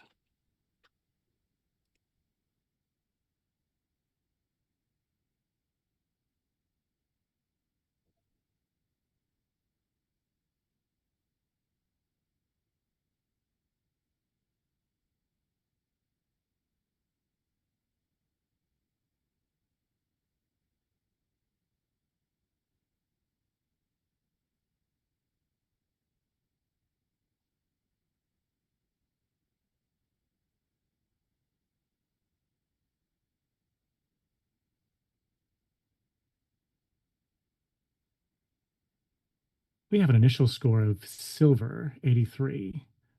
We cannot possibly stay there very long with Amber Griffin on 92 in that gold range. She's dancing about in her chair. All yours. Thank you. Wow, this is so, oh, I just love this. I love this. You know, I was talking earlier about compositional balance within a grid, and I just think that the way that this has been put together is so cleverly done. Every second, chronologically, every second image is do not spit, do not spit. And they're all, I think, from different places within, I am assuming this is a subway station. Although if anyone from Melbourne can probably tell me differently. We've got the way in at the top left and then the way out at the bottom right.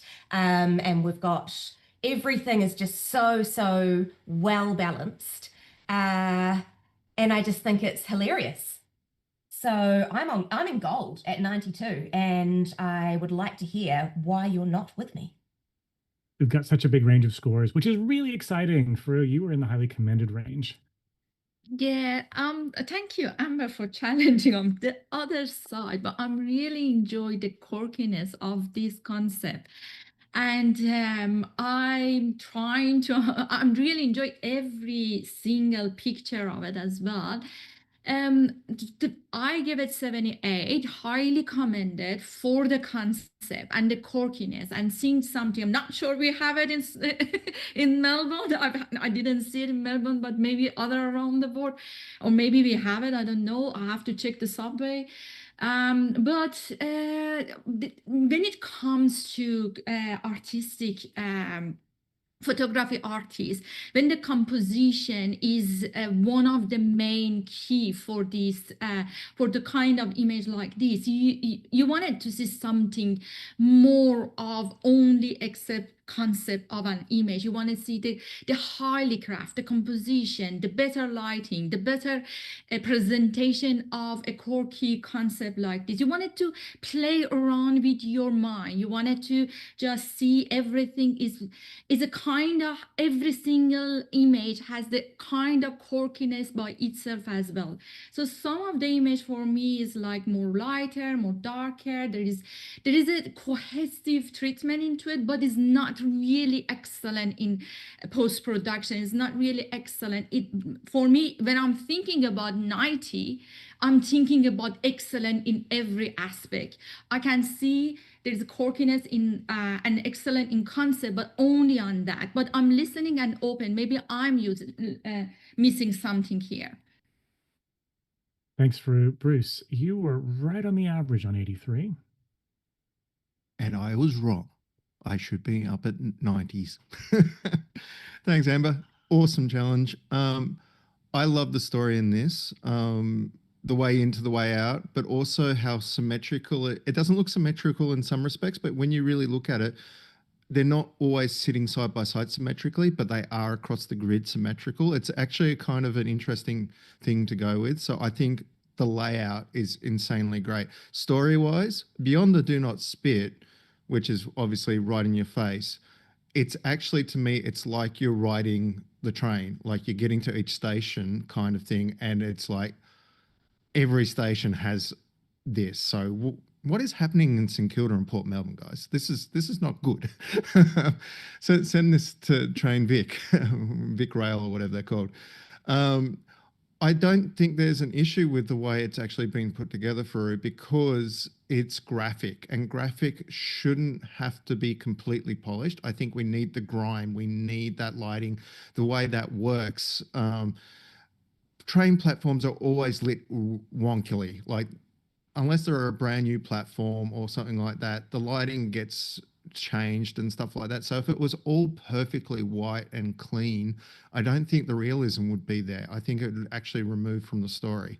And then you've got all the damage that's happened around it as well. So it is showing there's an age to this. So, you know, we've got a public, for whatever reason, we have to actually put do not spit on things. Where's the humanity? We've got tiles that are broken, we've got water damage in some of the places, and then you've also got, it's not one platform, it's got this, it's across the whole line. So I'm coming up to gold. Thanks, Amber. I love it. It's great.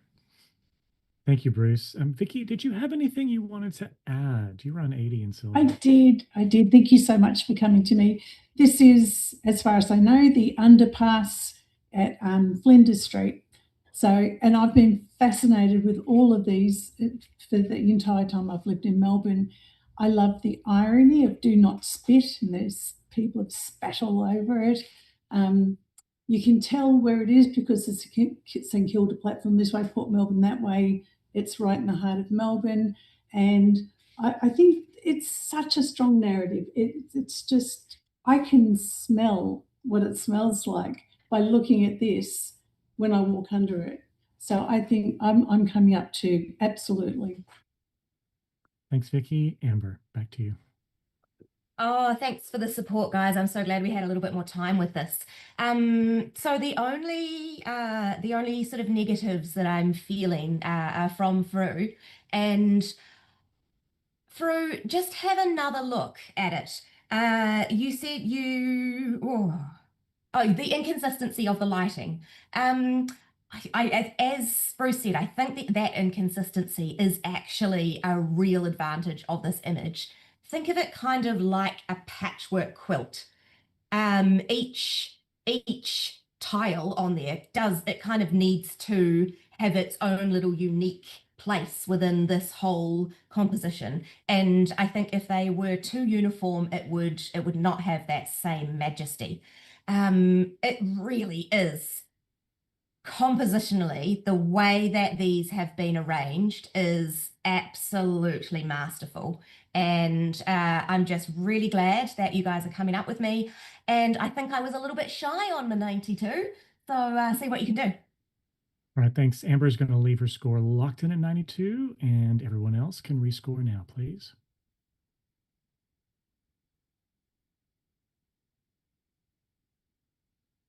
Strong work, team. All 5 judges in the gold range. We have a 92, a gold award. Excellent. It's really unusual to see 5 judges in gold as well, so that's such an excellent outcome. Good challenge, good discussion, everyone. Let's bring, what are we doing? We're going to bring Heidi back onto the panel, and Mandarin, you can have a little break. And Daniel, let's go for our next image, please. The Folly.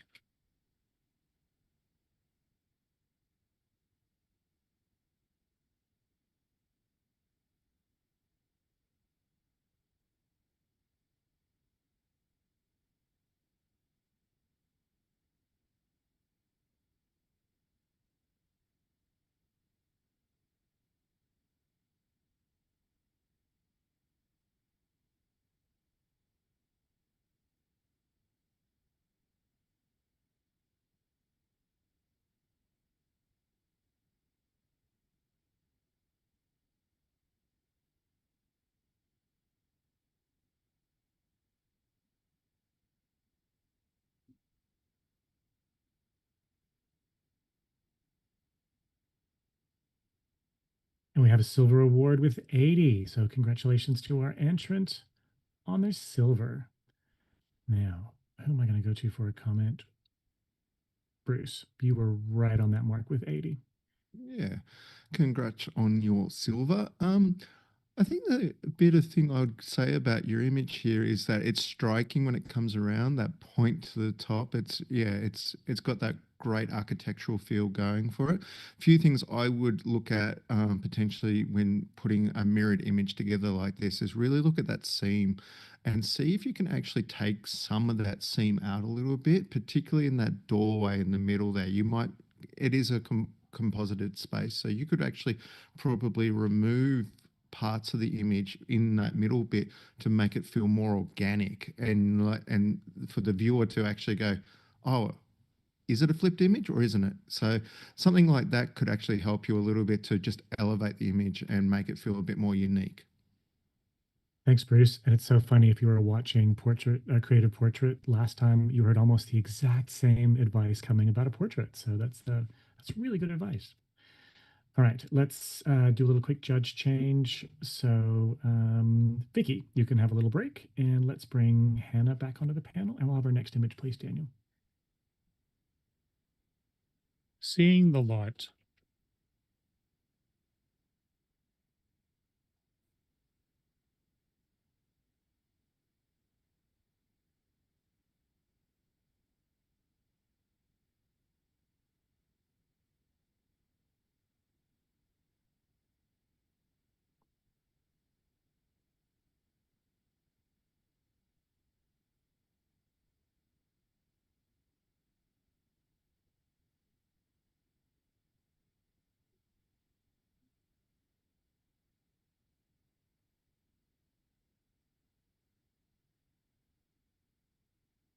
And we have a 79, a highly commended, with 4 of our judges in that 79 or in the highly commended range. I'm going to go to Hannah for a comment. Oh, actually, sorry, Faru is on 83. She's in the silver range. She's big smile on her face. She's keen to challenge. All yours, Faru. Yeah, I give it a solid silver because of the visual impact and beautiful lighting of this image. And also there is a story that we all know. And I think it's powerful because of few elements. It's so simple. It's just a person, a photographer or someone that reading this book with the story of happening in that book. So simple, kind of scene. For me, it has a cinematic feeling because the light comes through, just highlight the things it should be. And there is the beautiful pearl with the crossroad round, like adding like an art. It's like it adds something more valuable to it. It's pearl, it's cross, it's jewelry, it's a part of this story. So for all these things, just simple, minimal, but very good. And the cinematic feeling to it, I give it solid silver, and I believe that it's sitting there. I'm going to hear you guys.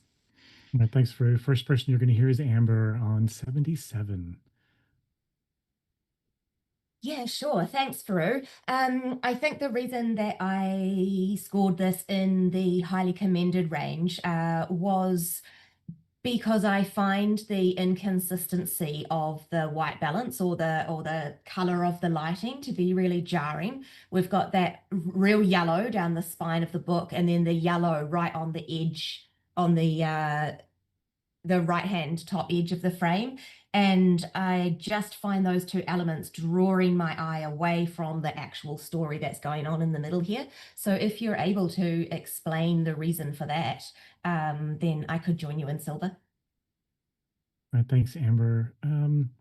With most of our judges in that range, I'm going to go to Heidi for a comment on this one, please. Yeah, thanks, Faru. And Amber, I think I'm, around about in the same sort of realm as you are. I'm sitting at a 78, highly commended. Look, I see that, the intention behind the image. I also struggled a little bit with the white balance in here and some of those highlights in the pearls, in the rosary, just being a little bit too hot. But I think that's an easy fix. And I'm finding the crop just a little bit distracting. So I think that I could probably come up a little bit. I'd love to hear more about what you're seeing, Faru, but those are the things I'm struggling with, similar to Amber. But for me, it's also the crop and the tilt that is just a little unsettling. Thanks, Heidi. Back to you, Faru. Thank you so much. I think when it comes, Amber, when it comes to the lighting, I think we have the moonlight from the left side and we have the lamp light or reading light from the right side or even fireplace light. So it's bring the yellowish, because I'm not saying it to make it, because if you look at it only on a table and the left side of the page, which the folding area, we can see the light, the yellow light. It means the yellow light was there. And it's talking about, is add to the story, it's the praying and in the middle of the night, is thinking about the God in the middle of the night. So the moonlight, the touch of the light and the golden light is just talking and adding to the story. And why I give it solid silver, because of these little things plays very well. And the pearl might be shine, but it's because of the moonlight again, because of the light coming, and it's pearl, it's just reflect. We are not losing any details there. It just add to the value of the book. The everything is happening there, the person, the connection, the relationship. I think because of the simplicity, because of the truth, the honest way of it, I give it silver with distinction. Sorry, silver, not silver with distinction. Thank you, Faru. She's going to keep her score locked in at 83, and everyone else can rescore now, please.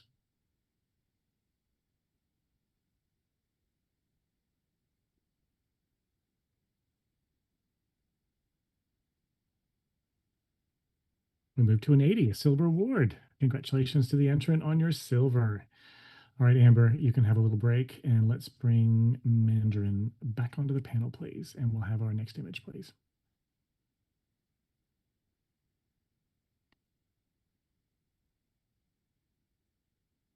Manholes of Bosnia.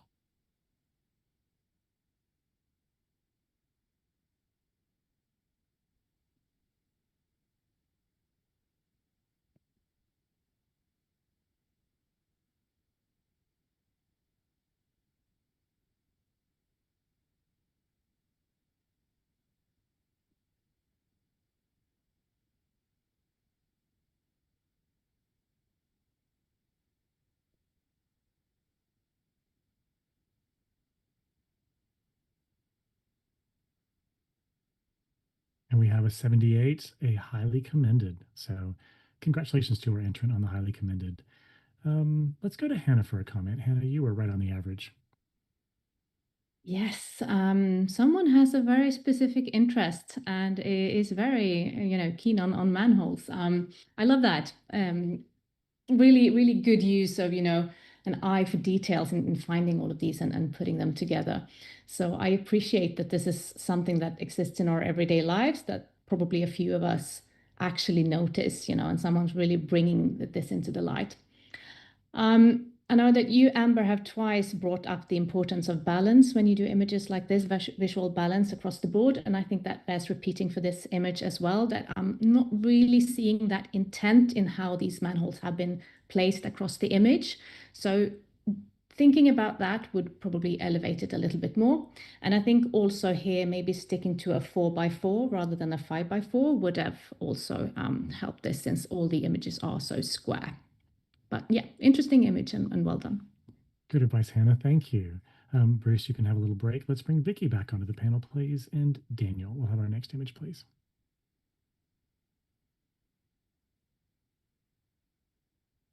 Interstice where silence roars.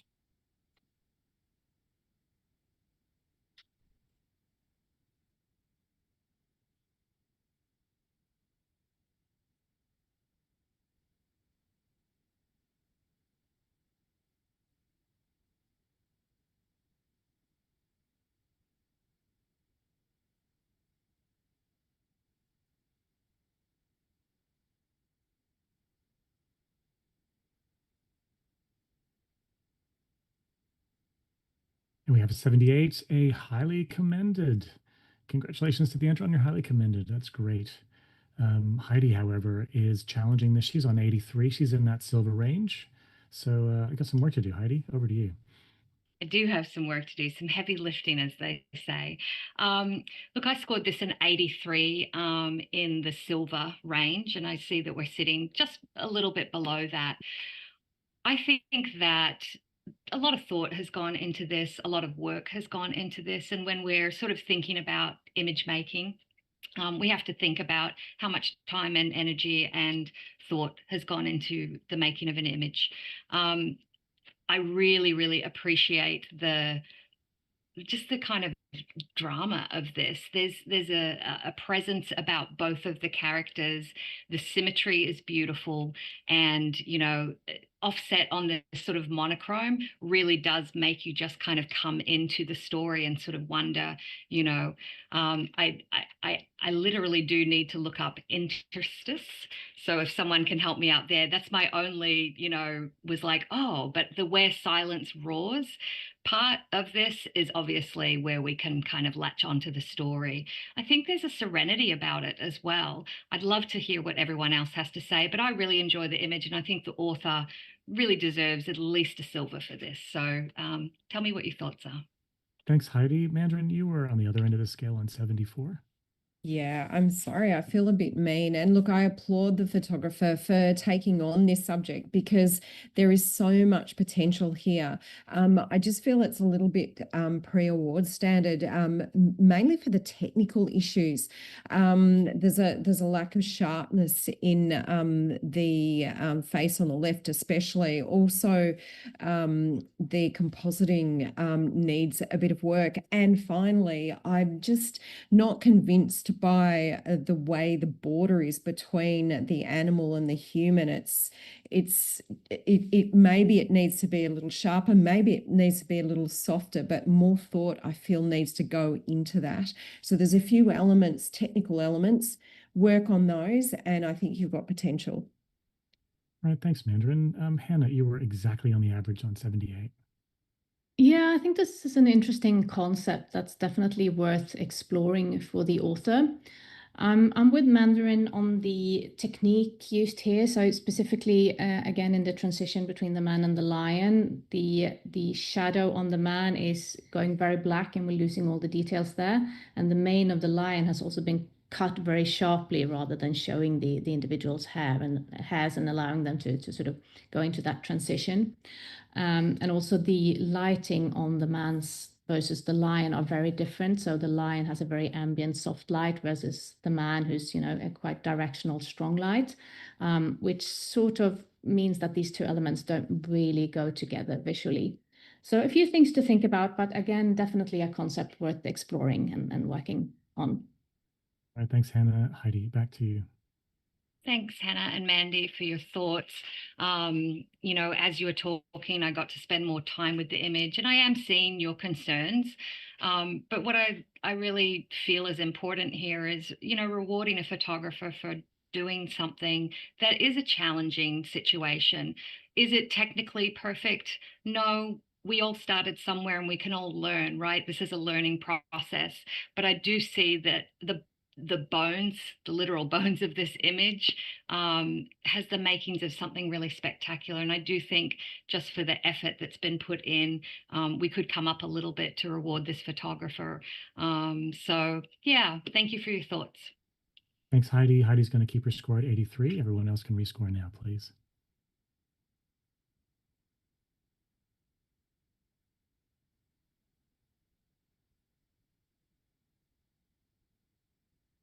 And we stay at 78, a highly commended, with some excellent discussion, and that's always really good. All right, Fur, you can have a short break, and Amber Griffin's back on the panel. So let's go to our next image, please.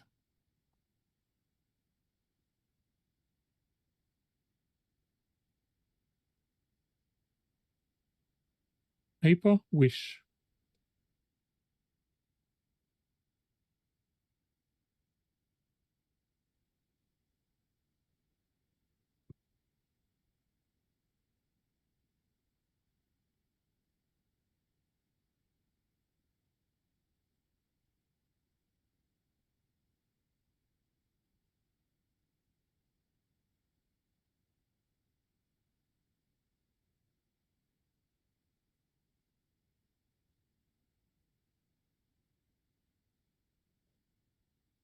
All right, we have a score of 81, a silver award, which is an excellent result for our entrant.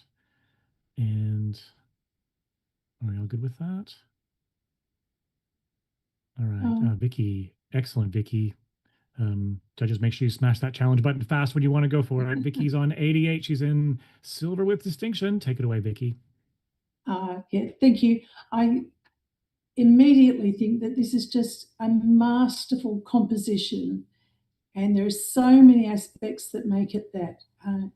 The expression in the boy's face, the fact that the flower is over his eye in the photo that he's holding, it's beautifully balanced. It's a little bit dirty, like little boys are, and it just tells a beautiful story in such an original way.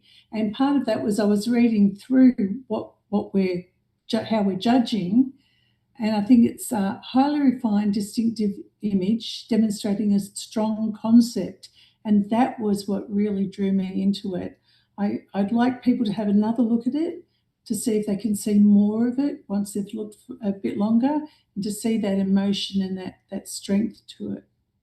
Well, thanks, Vicky. Hannah, you were on the other end of the scale on 78. Yes, I do appreciate the storytelling here. So what I'm seeing is, this child, presumably in the concrete jungle, and the only dandelion available to make a wish is the one in the picture. So I really appreciate that, the thought that has gone into creating that. As far as the technique goes, we are losing all the details in the shadow areas, so maybe pay a bit more attention to the exposure in an image like this. And I'm also finding the crop could be improved in now cutting off on the arm on the left-hand side of the image versus the right hand where we have a lot of space. So being a bit more considerate in finding that balance in the composition, I think would elevate this further. But I am listening. All right, thanks, Hannah. Heidi, you're in the silver range on 81. Yeah, thank you. I'm listening to what everyone's saying. And Hannah, I had a lot of similar concerns with you. I think it is a really beautiful image. It's quite striking. There's lovely story here. I scored this 81 in the silver range. But I am willing to, sort of come up a little bit with some more talking. I did also struggle with the crop on this. I would love to have seen the top of the little one's hand. I just feel like it's sort of like we've got all this story and then it just sort of cuts off there. I also am finding the blacks in the sort of, left side of the image to just be a little bit flat and heavy. And the child's right arm, screen left, just feels a little bit sort of stuck in there, a little bit jammed in. But apart from that, I do enjoy the image. I think the expression, we could have a little bit more expression there. It feels a bit flat to me. But overall, I do think it's a lovely image. I think just with a few small improvements, we could come up. But I'm still listening, and I would love to hear Vicky's response. All right, well, let's hear from Vicky then. Vicky? Okay, thank you for that feedback. Hannah, the shadowed areas to me add to the story of it. You were talking about his hand being cropped out, but there are three hands. So his hand on that left-hand side is just holding the photo. The really strong hand that we're focusing on right in the middle is holding the dandelion.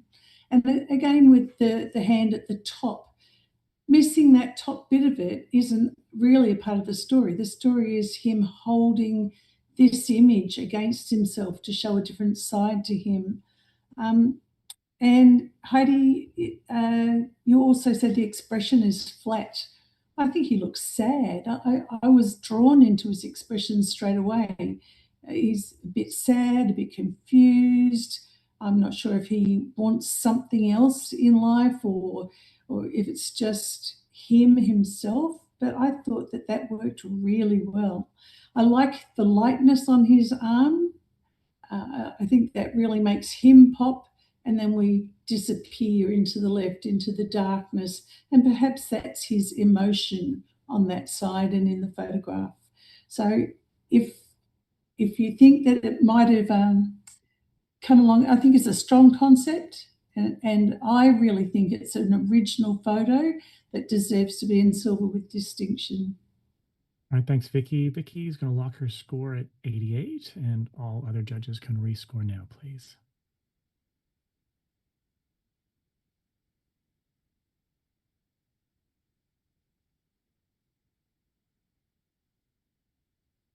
We have moved 1 point to a stronger silver, 82. So congrats to the entrant.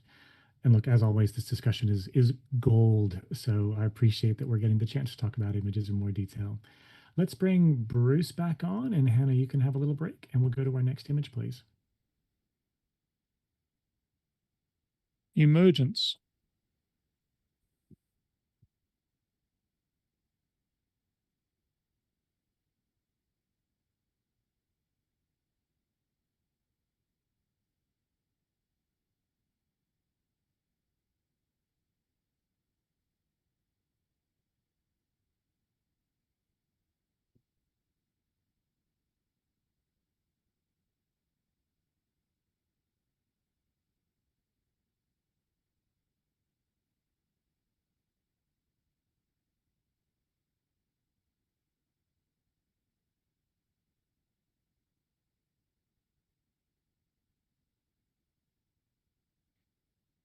And we have a 79, a highly commended. So congratulations to the entrant on your HC. Let's go to, I'm going to hear from Bruce. Bruce was pretty quick on the comment button with that one. Take it away, Bruce. Great use of an architecture piece to make something unique with the folding and that, and to give us a really interesting geometry and shape. Some of the things I would look at to do to improve this is the bit that I think it's letting you down a little bit is the foreground elements, and particularly the darker grey bits on the left and right edge that flow into it. There's just not very much detail compared to the rest of the image. Everything else has got some nice detail and things in there. And there's also a couple of dust spots on some of it, particularly on the right-hand side, which is maybe where the original image was and were corrected on the flip. So those little things can help you just elevate. Excellent. Thank you, Bruce. It's good advice. Let's give Heidi a little break, and we're going to bring her back onto the panel. And I'll have the next image, please, Daniel.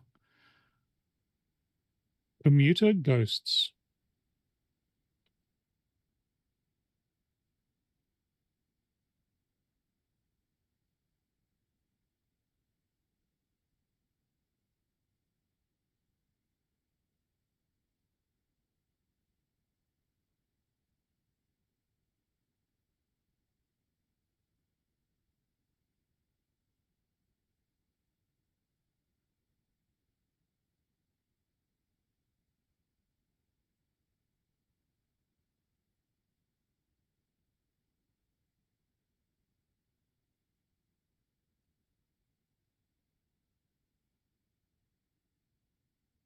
And we have a 78, a highly commended. So congrats to the entrant on your 78.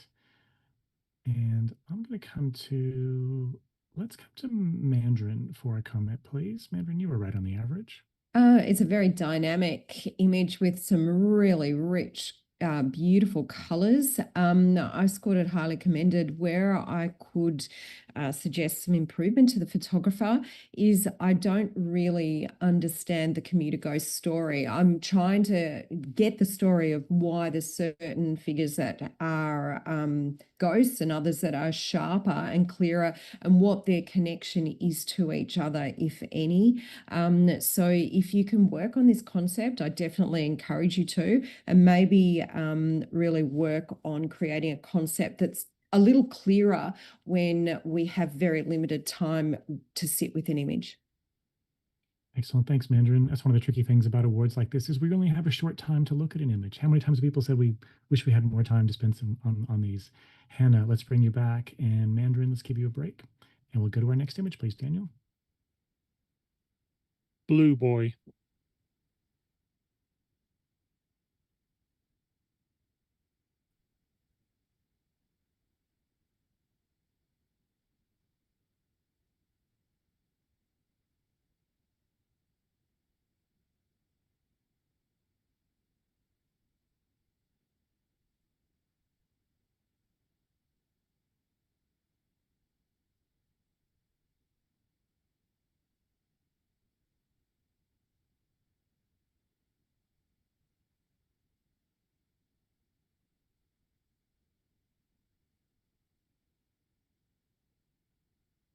And we have a 79, a highly commended, with 3 of our judges in that range. Let's go to, everyone wants to have a chat about this. Farouk, let's hear from you. It has such a divine and delicate color palette. It's between blue to purple.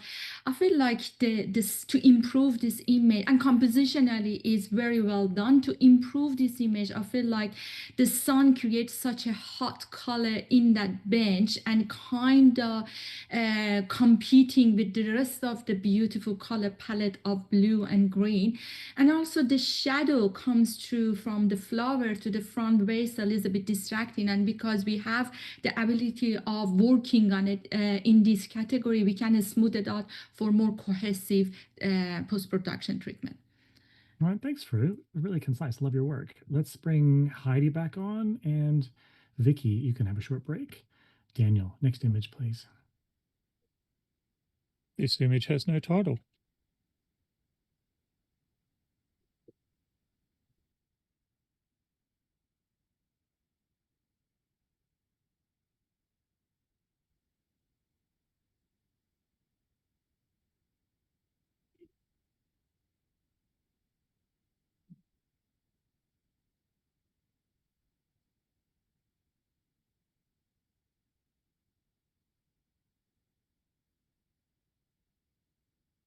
And we have a 78, a highly commended. So congrats to the entrant on your highly commended. That's an excellent result. Let's go to, I'm going to go to Bruce for a comment on this one, please.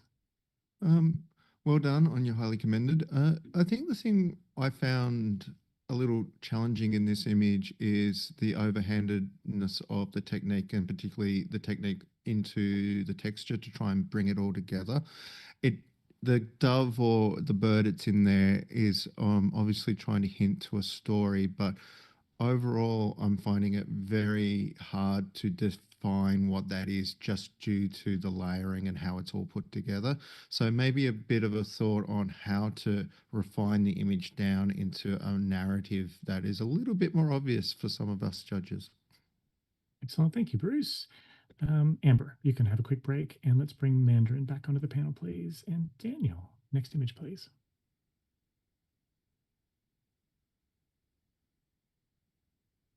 The White Queen.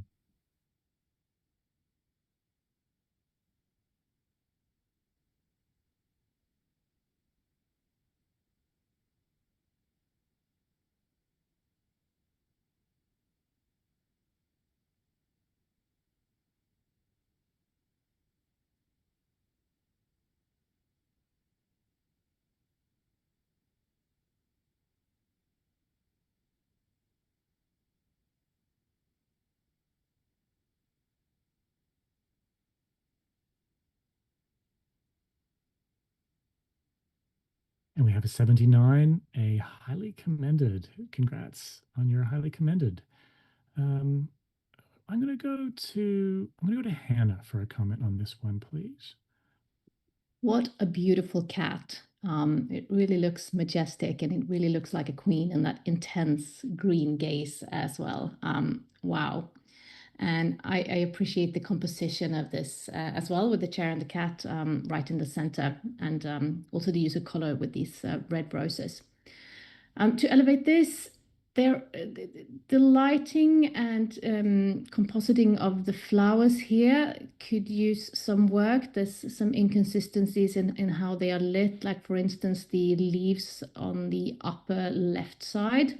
There's a branch sticking up towards the left corner. And that is very bright compared to the rest. And the light also feels quite flat on some of the leaves compared to the rest of the image. So just some more attention to detail when doing that compositing would raise this further. Great, thank you, Hannah. Let's bring Vicky onto the panel, and Bruce, you can have a break, and we'll have our next image, please, Daniel. Floriceite.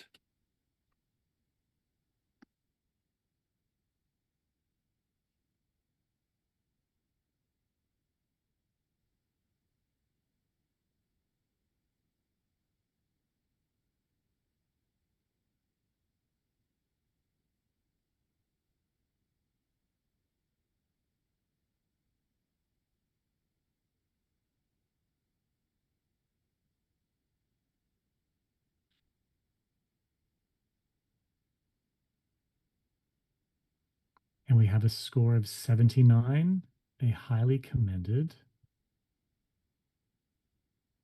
I'm sure we're not going to stay there very long if Heidi has her way. She's got her hand raised for the challenge on 85, silver with distinction. Heidi, all yours. I mean, you got a challenge, right? Okay. We get to zoom in as judges, and I'm not sure if anyone's, watching at home, but what we get to see is the immense amount of work that has gone into the creation of this image. So, I mean, this is a lot of hours of compositing. I really enjoy the simplicity of the background. I'm enjoying the little expression of the bird, but I'm not sure if everyone sort of knows that this bird is actually made up of flowers. His little feathers are intricate little composited flowers, petals, leaves, you name it. I'm sitting on an 85. I'm actually sad I didn't score it more, and I feel like I'd love to hear from everyone, but honestly, just for the amount of work, the thought, the creativity that's gone into this, the imagination. This could have been in the pet category or the wildlife category, the bird category, as it were, for this contest. But it's a creative image. I encourage you to delve into this, and I hope by me talking a little bit, you've been able to. This is a lot of work that this person has put into this, and I believe that it really is worthy of a silver with distinction. Thanks, Heidi. Hannah, you were in the highly commended range for this one. Thanks, Heidi, for challenging. I'm glad we get to talk about this because there is really such an interesting creative element to this. And, it took me some time to even realize that this is not an actual bird. It's made up of leaves and flowers. So I really applaud the use of creativity here.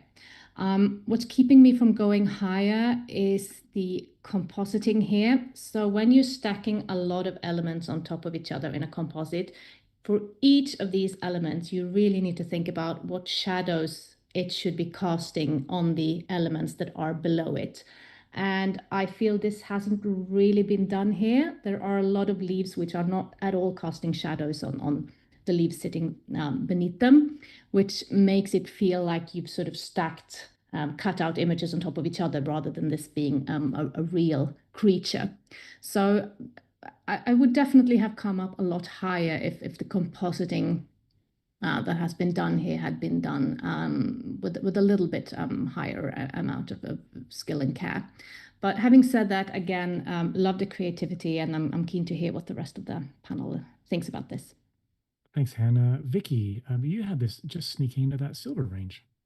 I did. I put it to the silver because it's just so original. And Hannah, when I first looked at it, I thought that was a bird. And then I zoomed in and suddenly saw the petals of the leaves, and it's so beautifully done. It's so creative. It's unique in its perspective.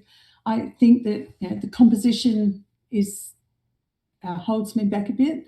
That branch going down the middle and cutting it in half with a bird behind it was the one thing that stopped me going up even higher into silver with distinction.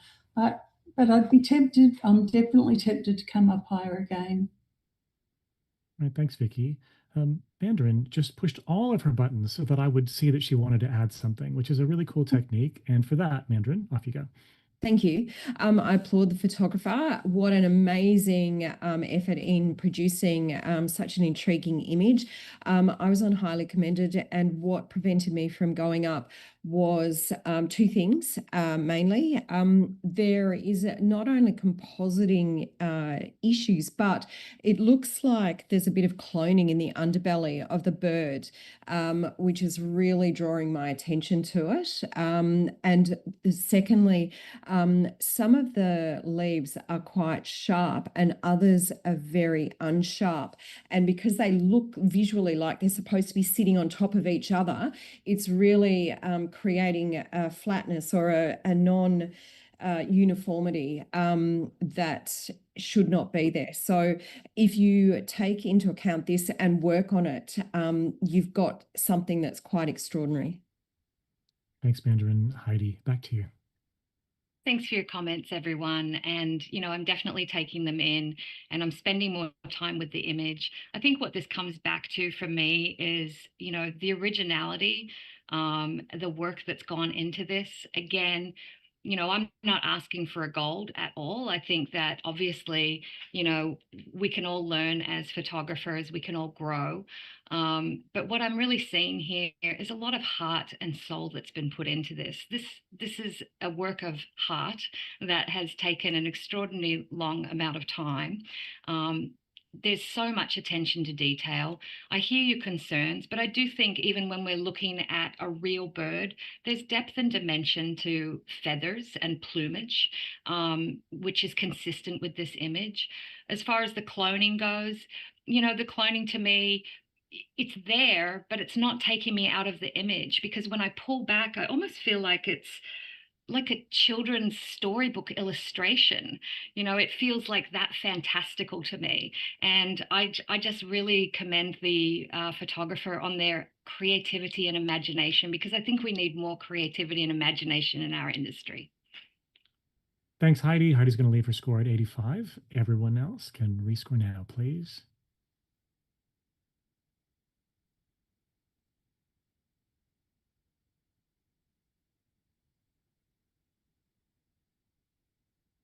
Good work, team. We have a silver award at 82. So there's an entrant somewhere that really appreciates your challenge, Heidi, and all that discussion that we had from everyone.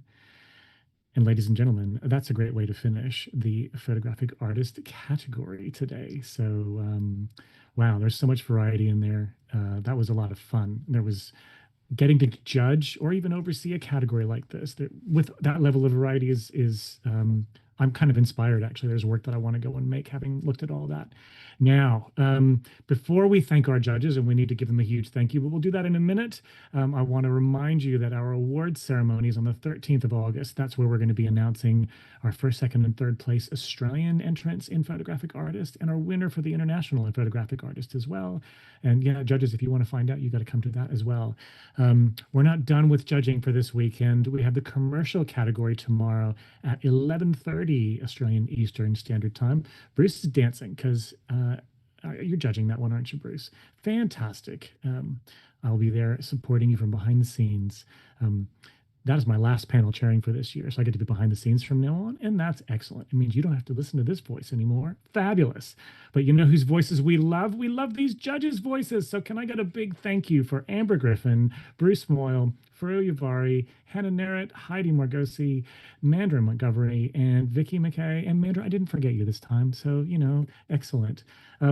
All of these judges are giving their time for this. Some of them are staying up very, very late or getting up very early. Guys, we so appreciate all of your efforts. Thanks, everyone, for joining us, and we will see you again for the Australian Photographic Prize. Bye.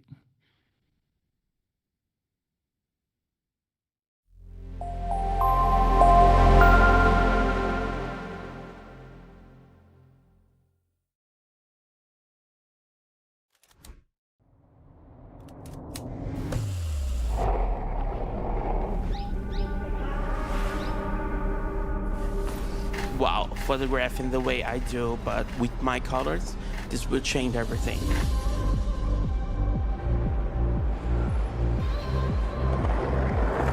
I got to see each frame, each position of its wing, and they're so beautiful that I have never seen before. Being able to move quickly and working at my brain's pace and getting those shots in the moment.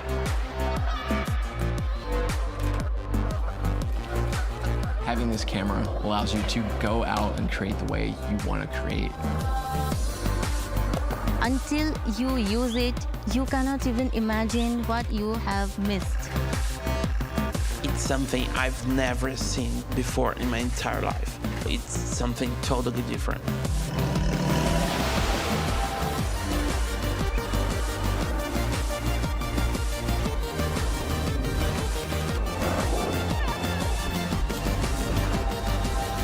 Nikon Z6 III. Outperform.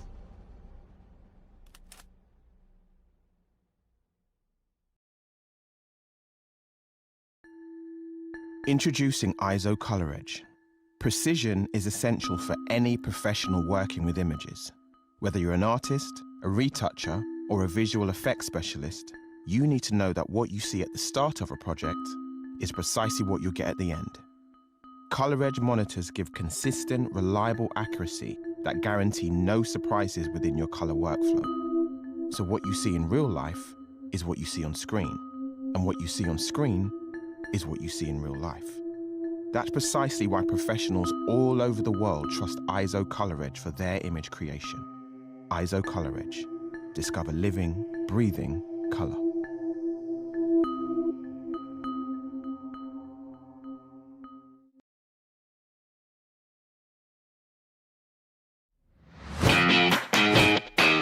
I'm Mark Rosetto from the Professional Photography Business Network. A vibrant community from all around the world who's here to supercharge your business growth. This is not an expensive one-size-fits-all course.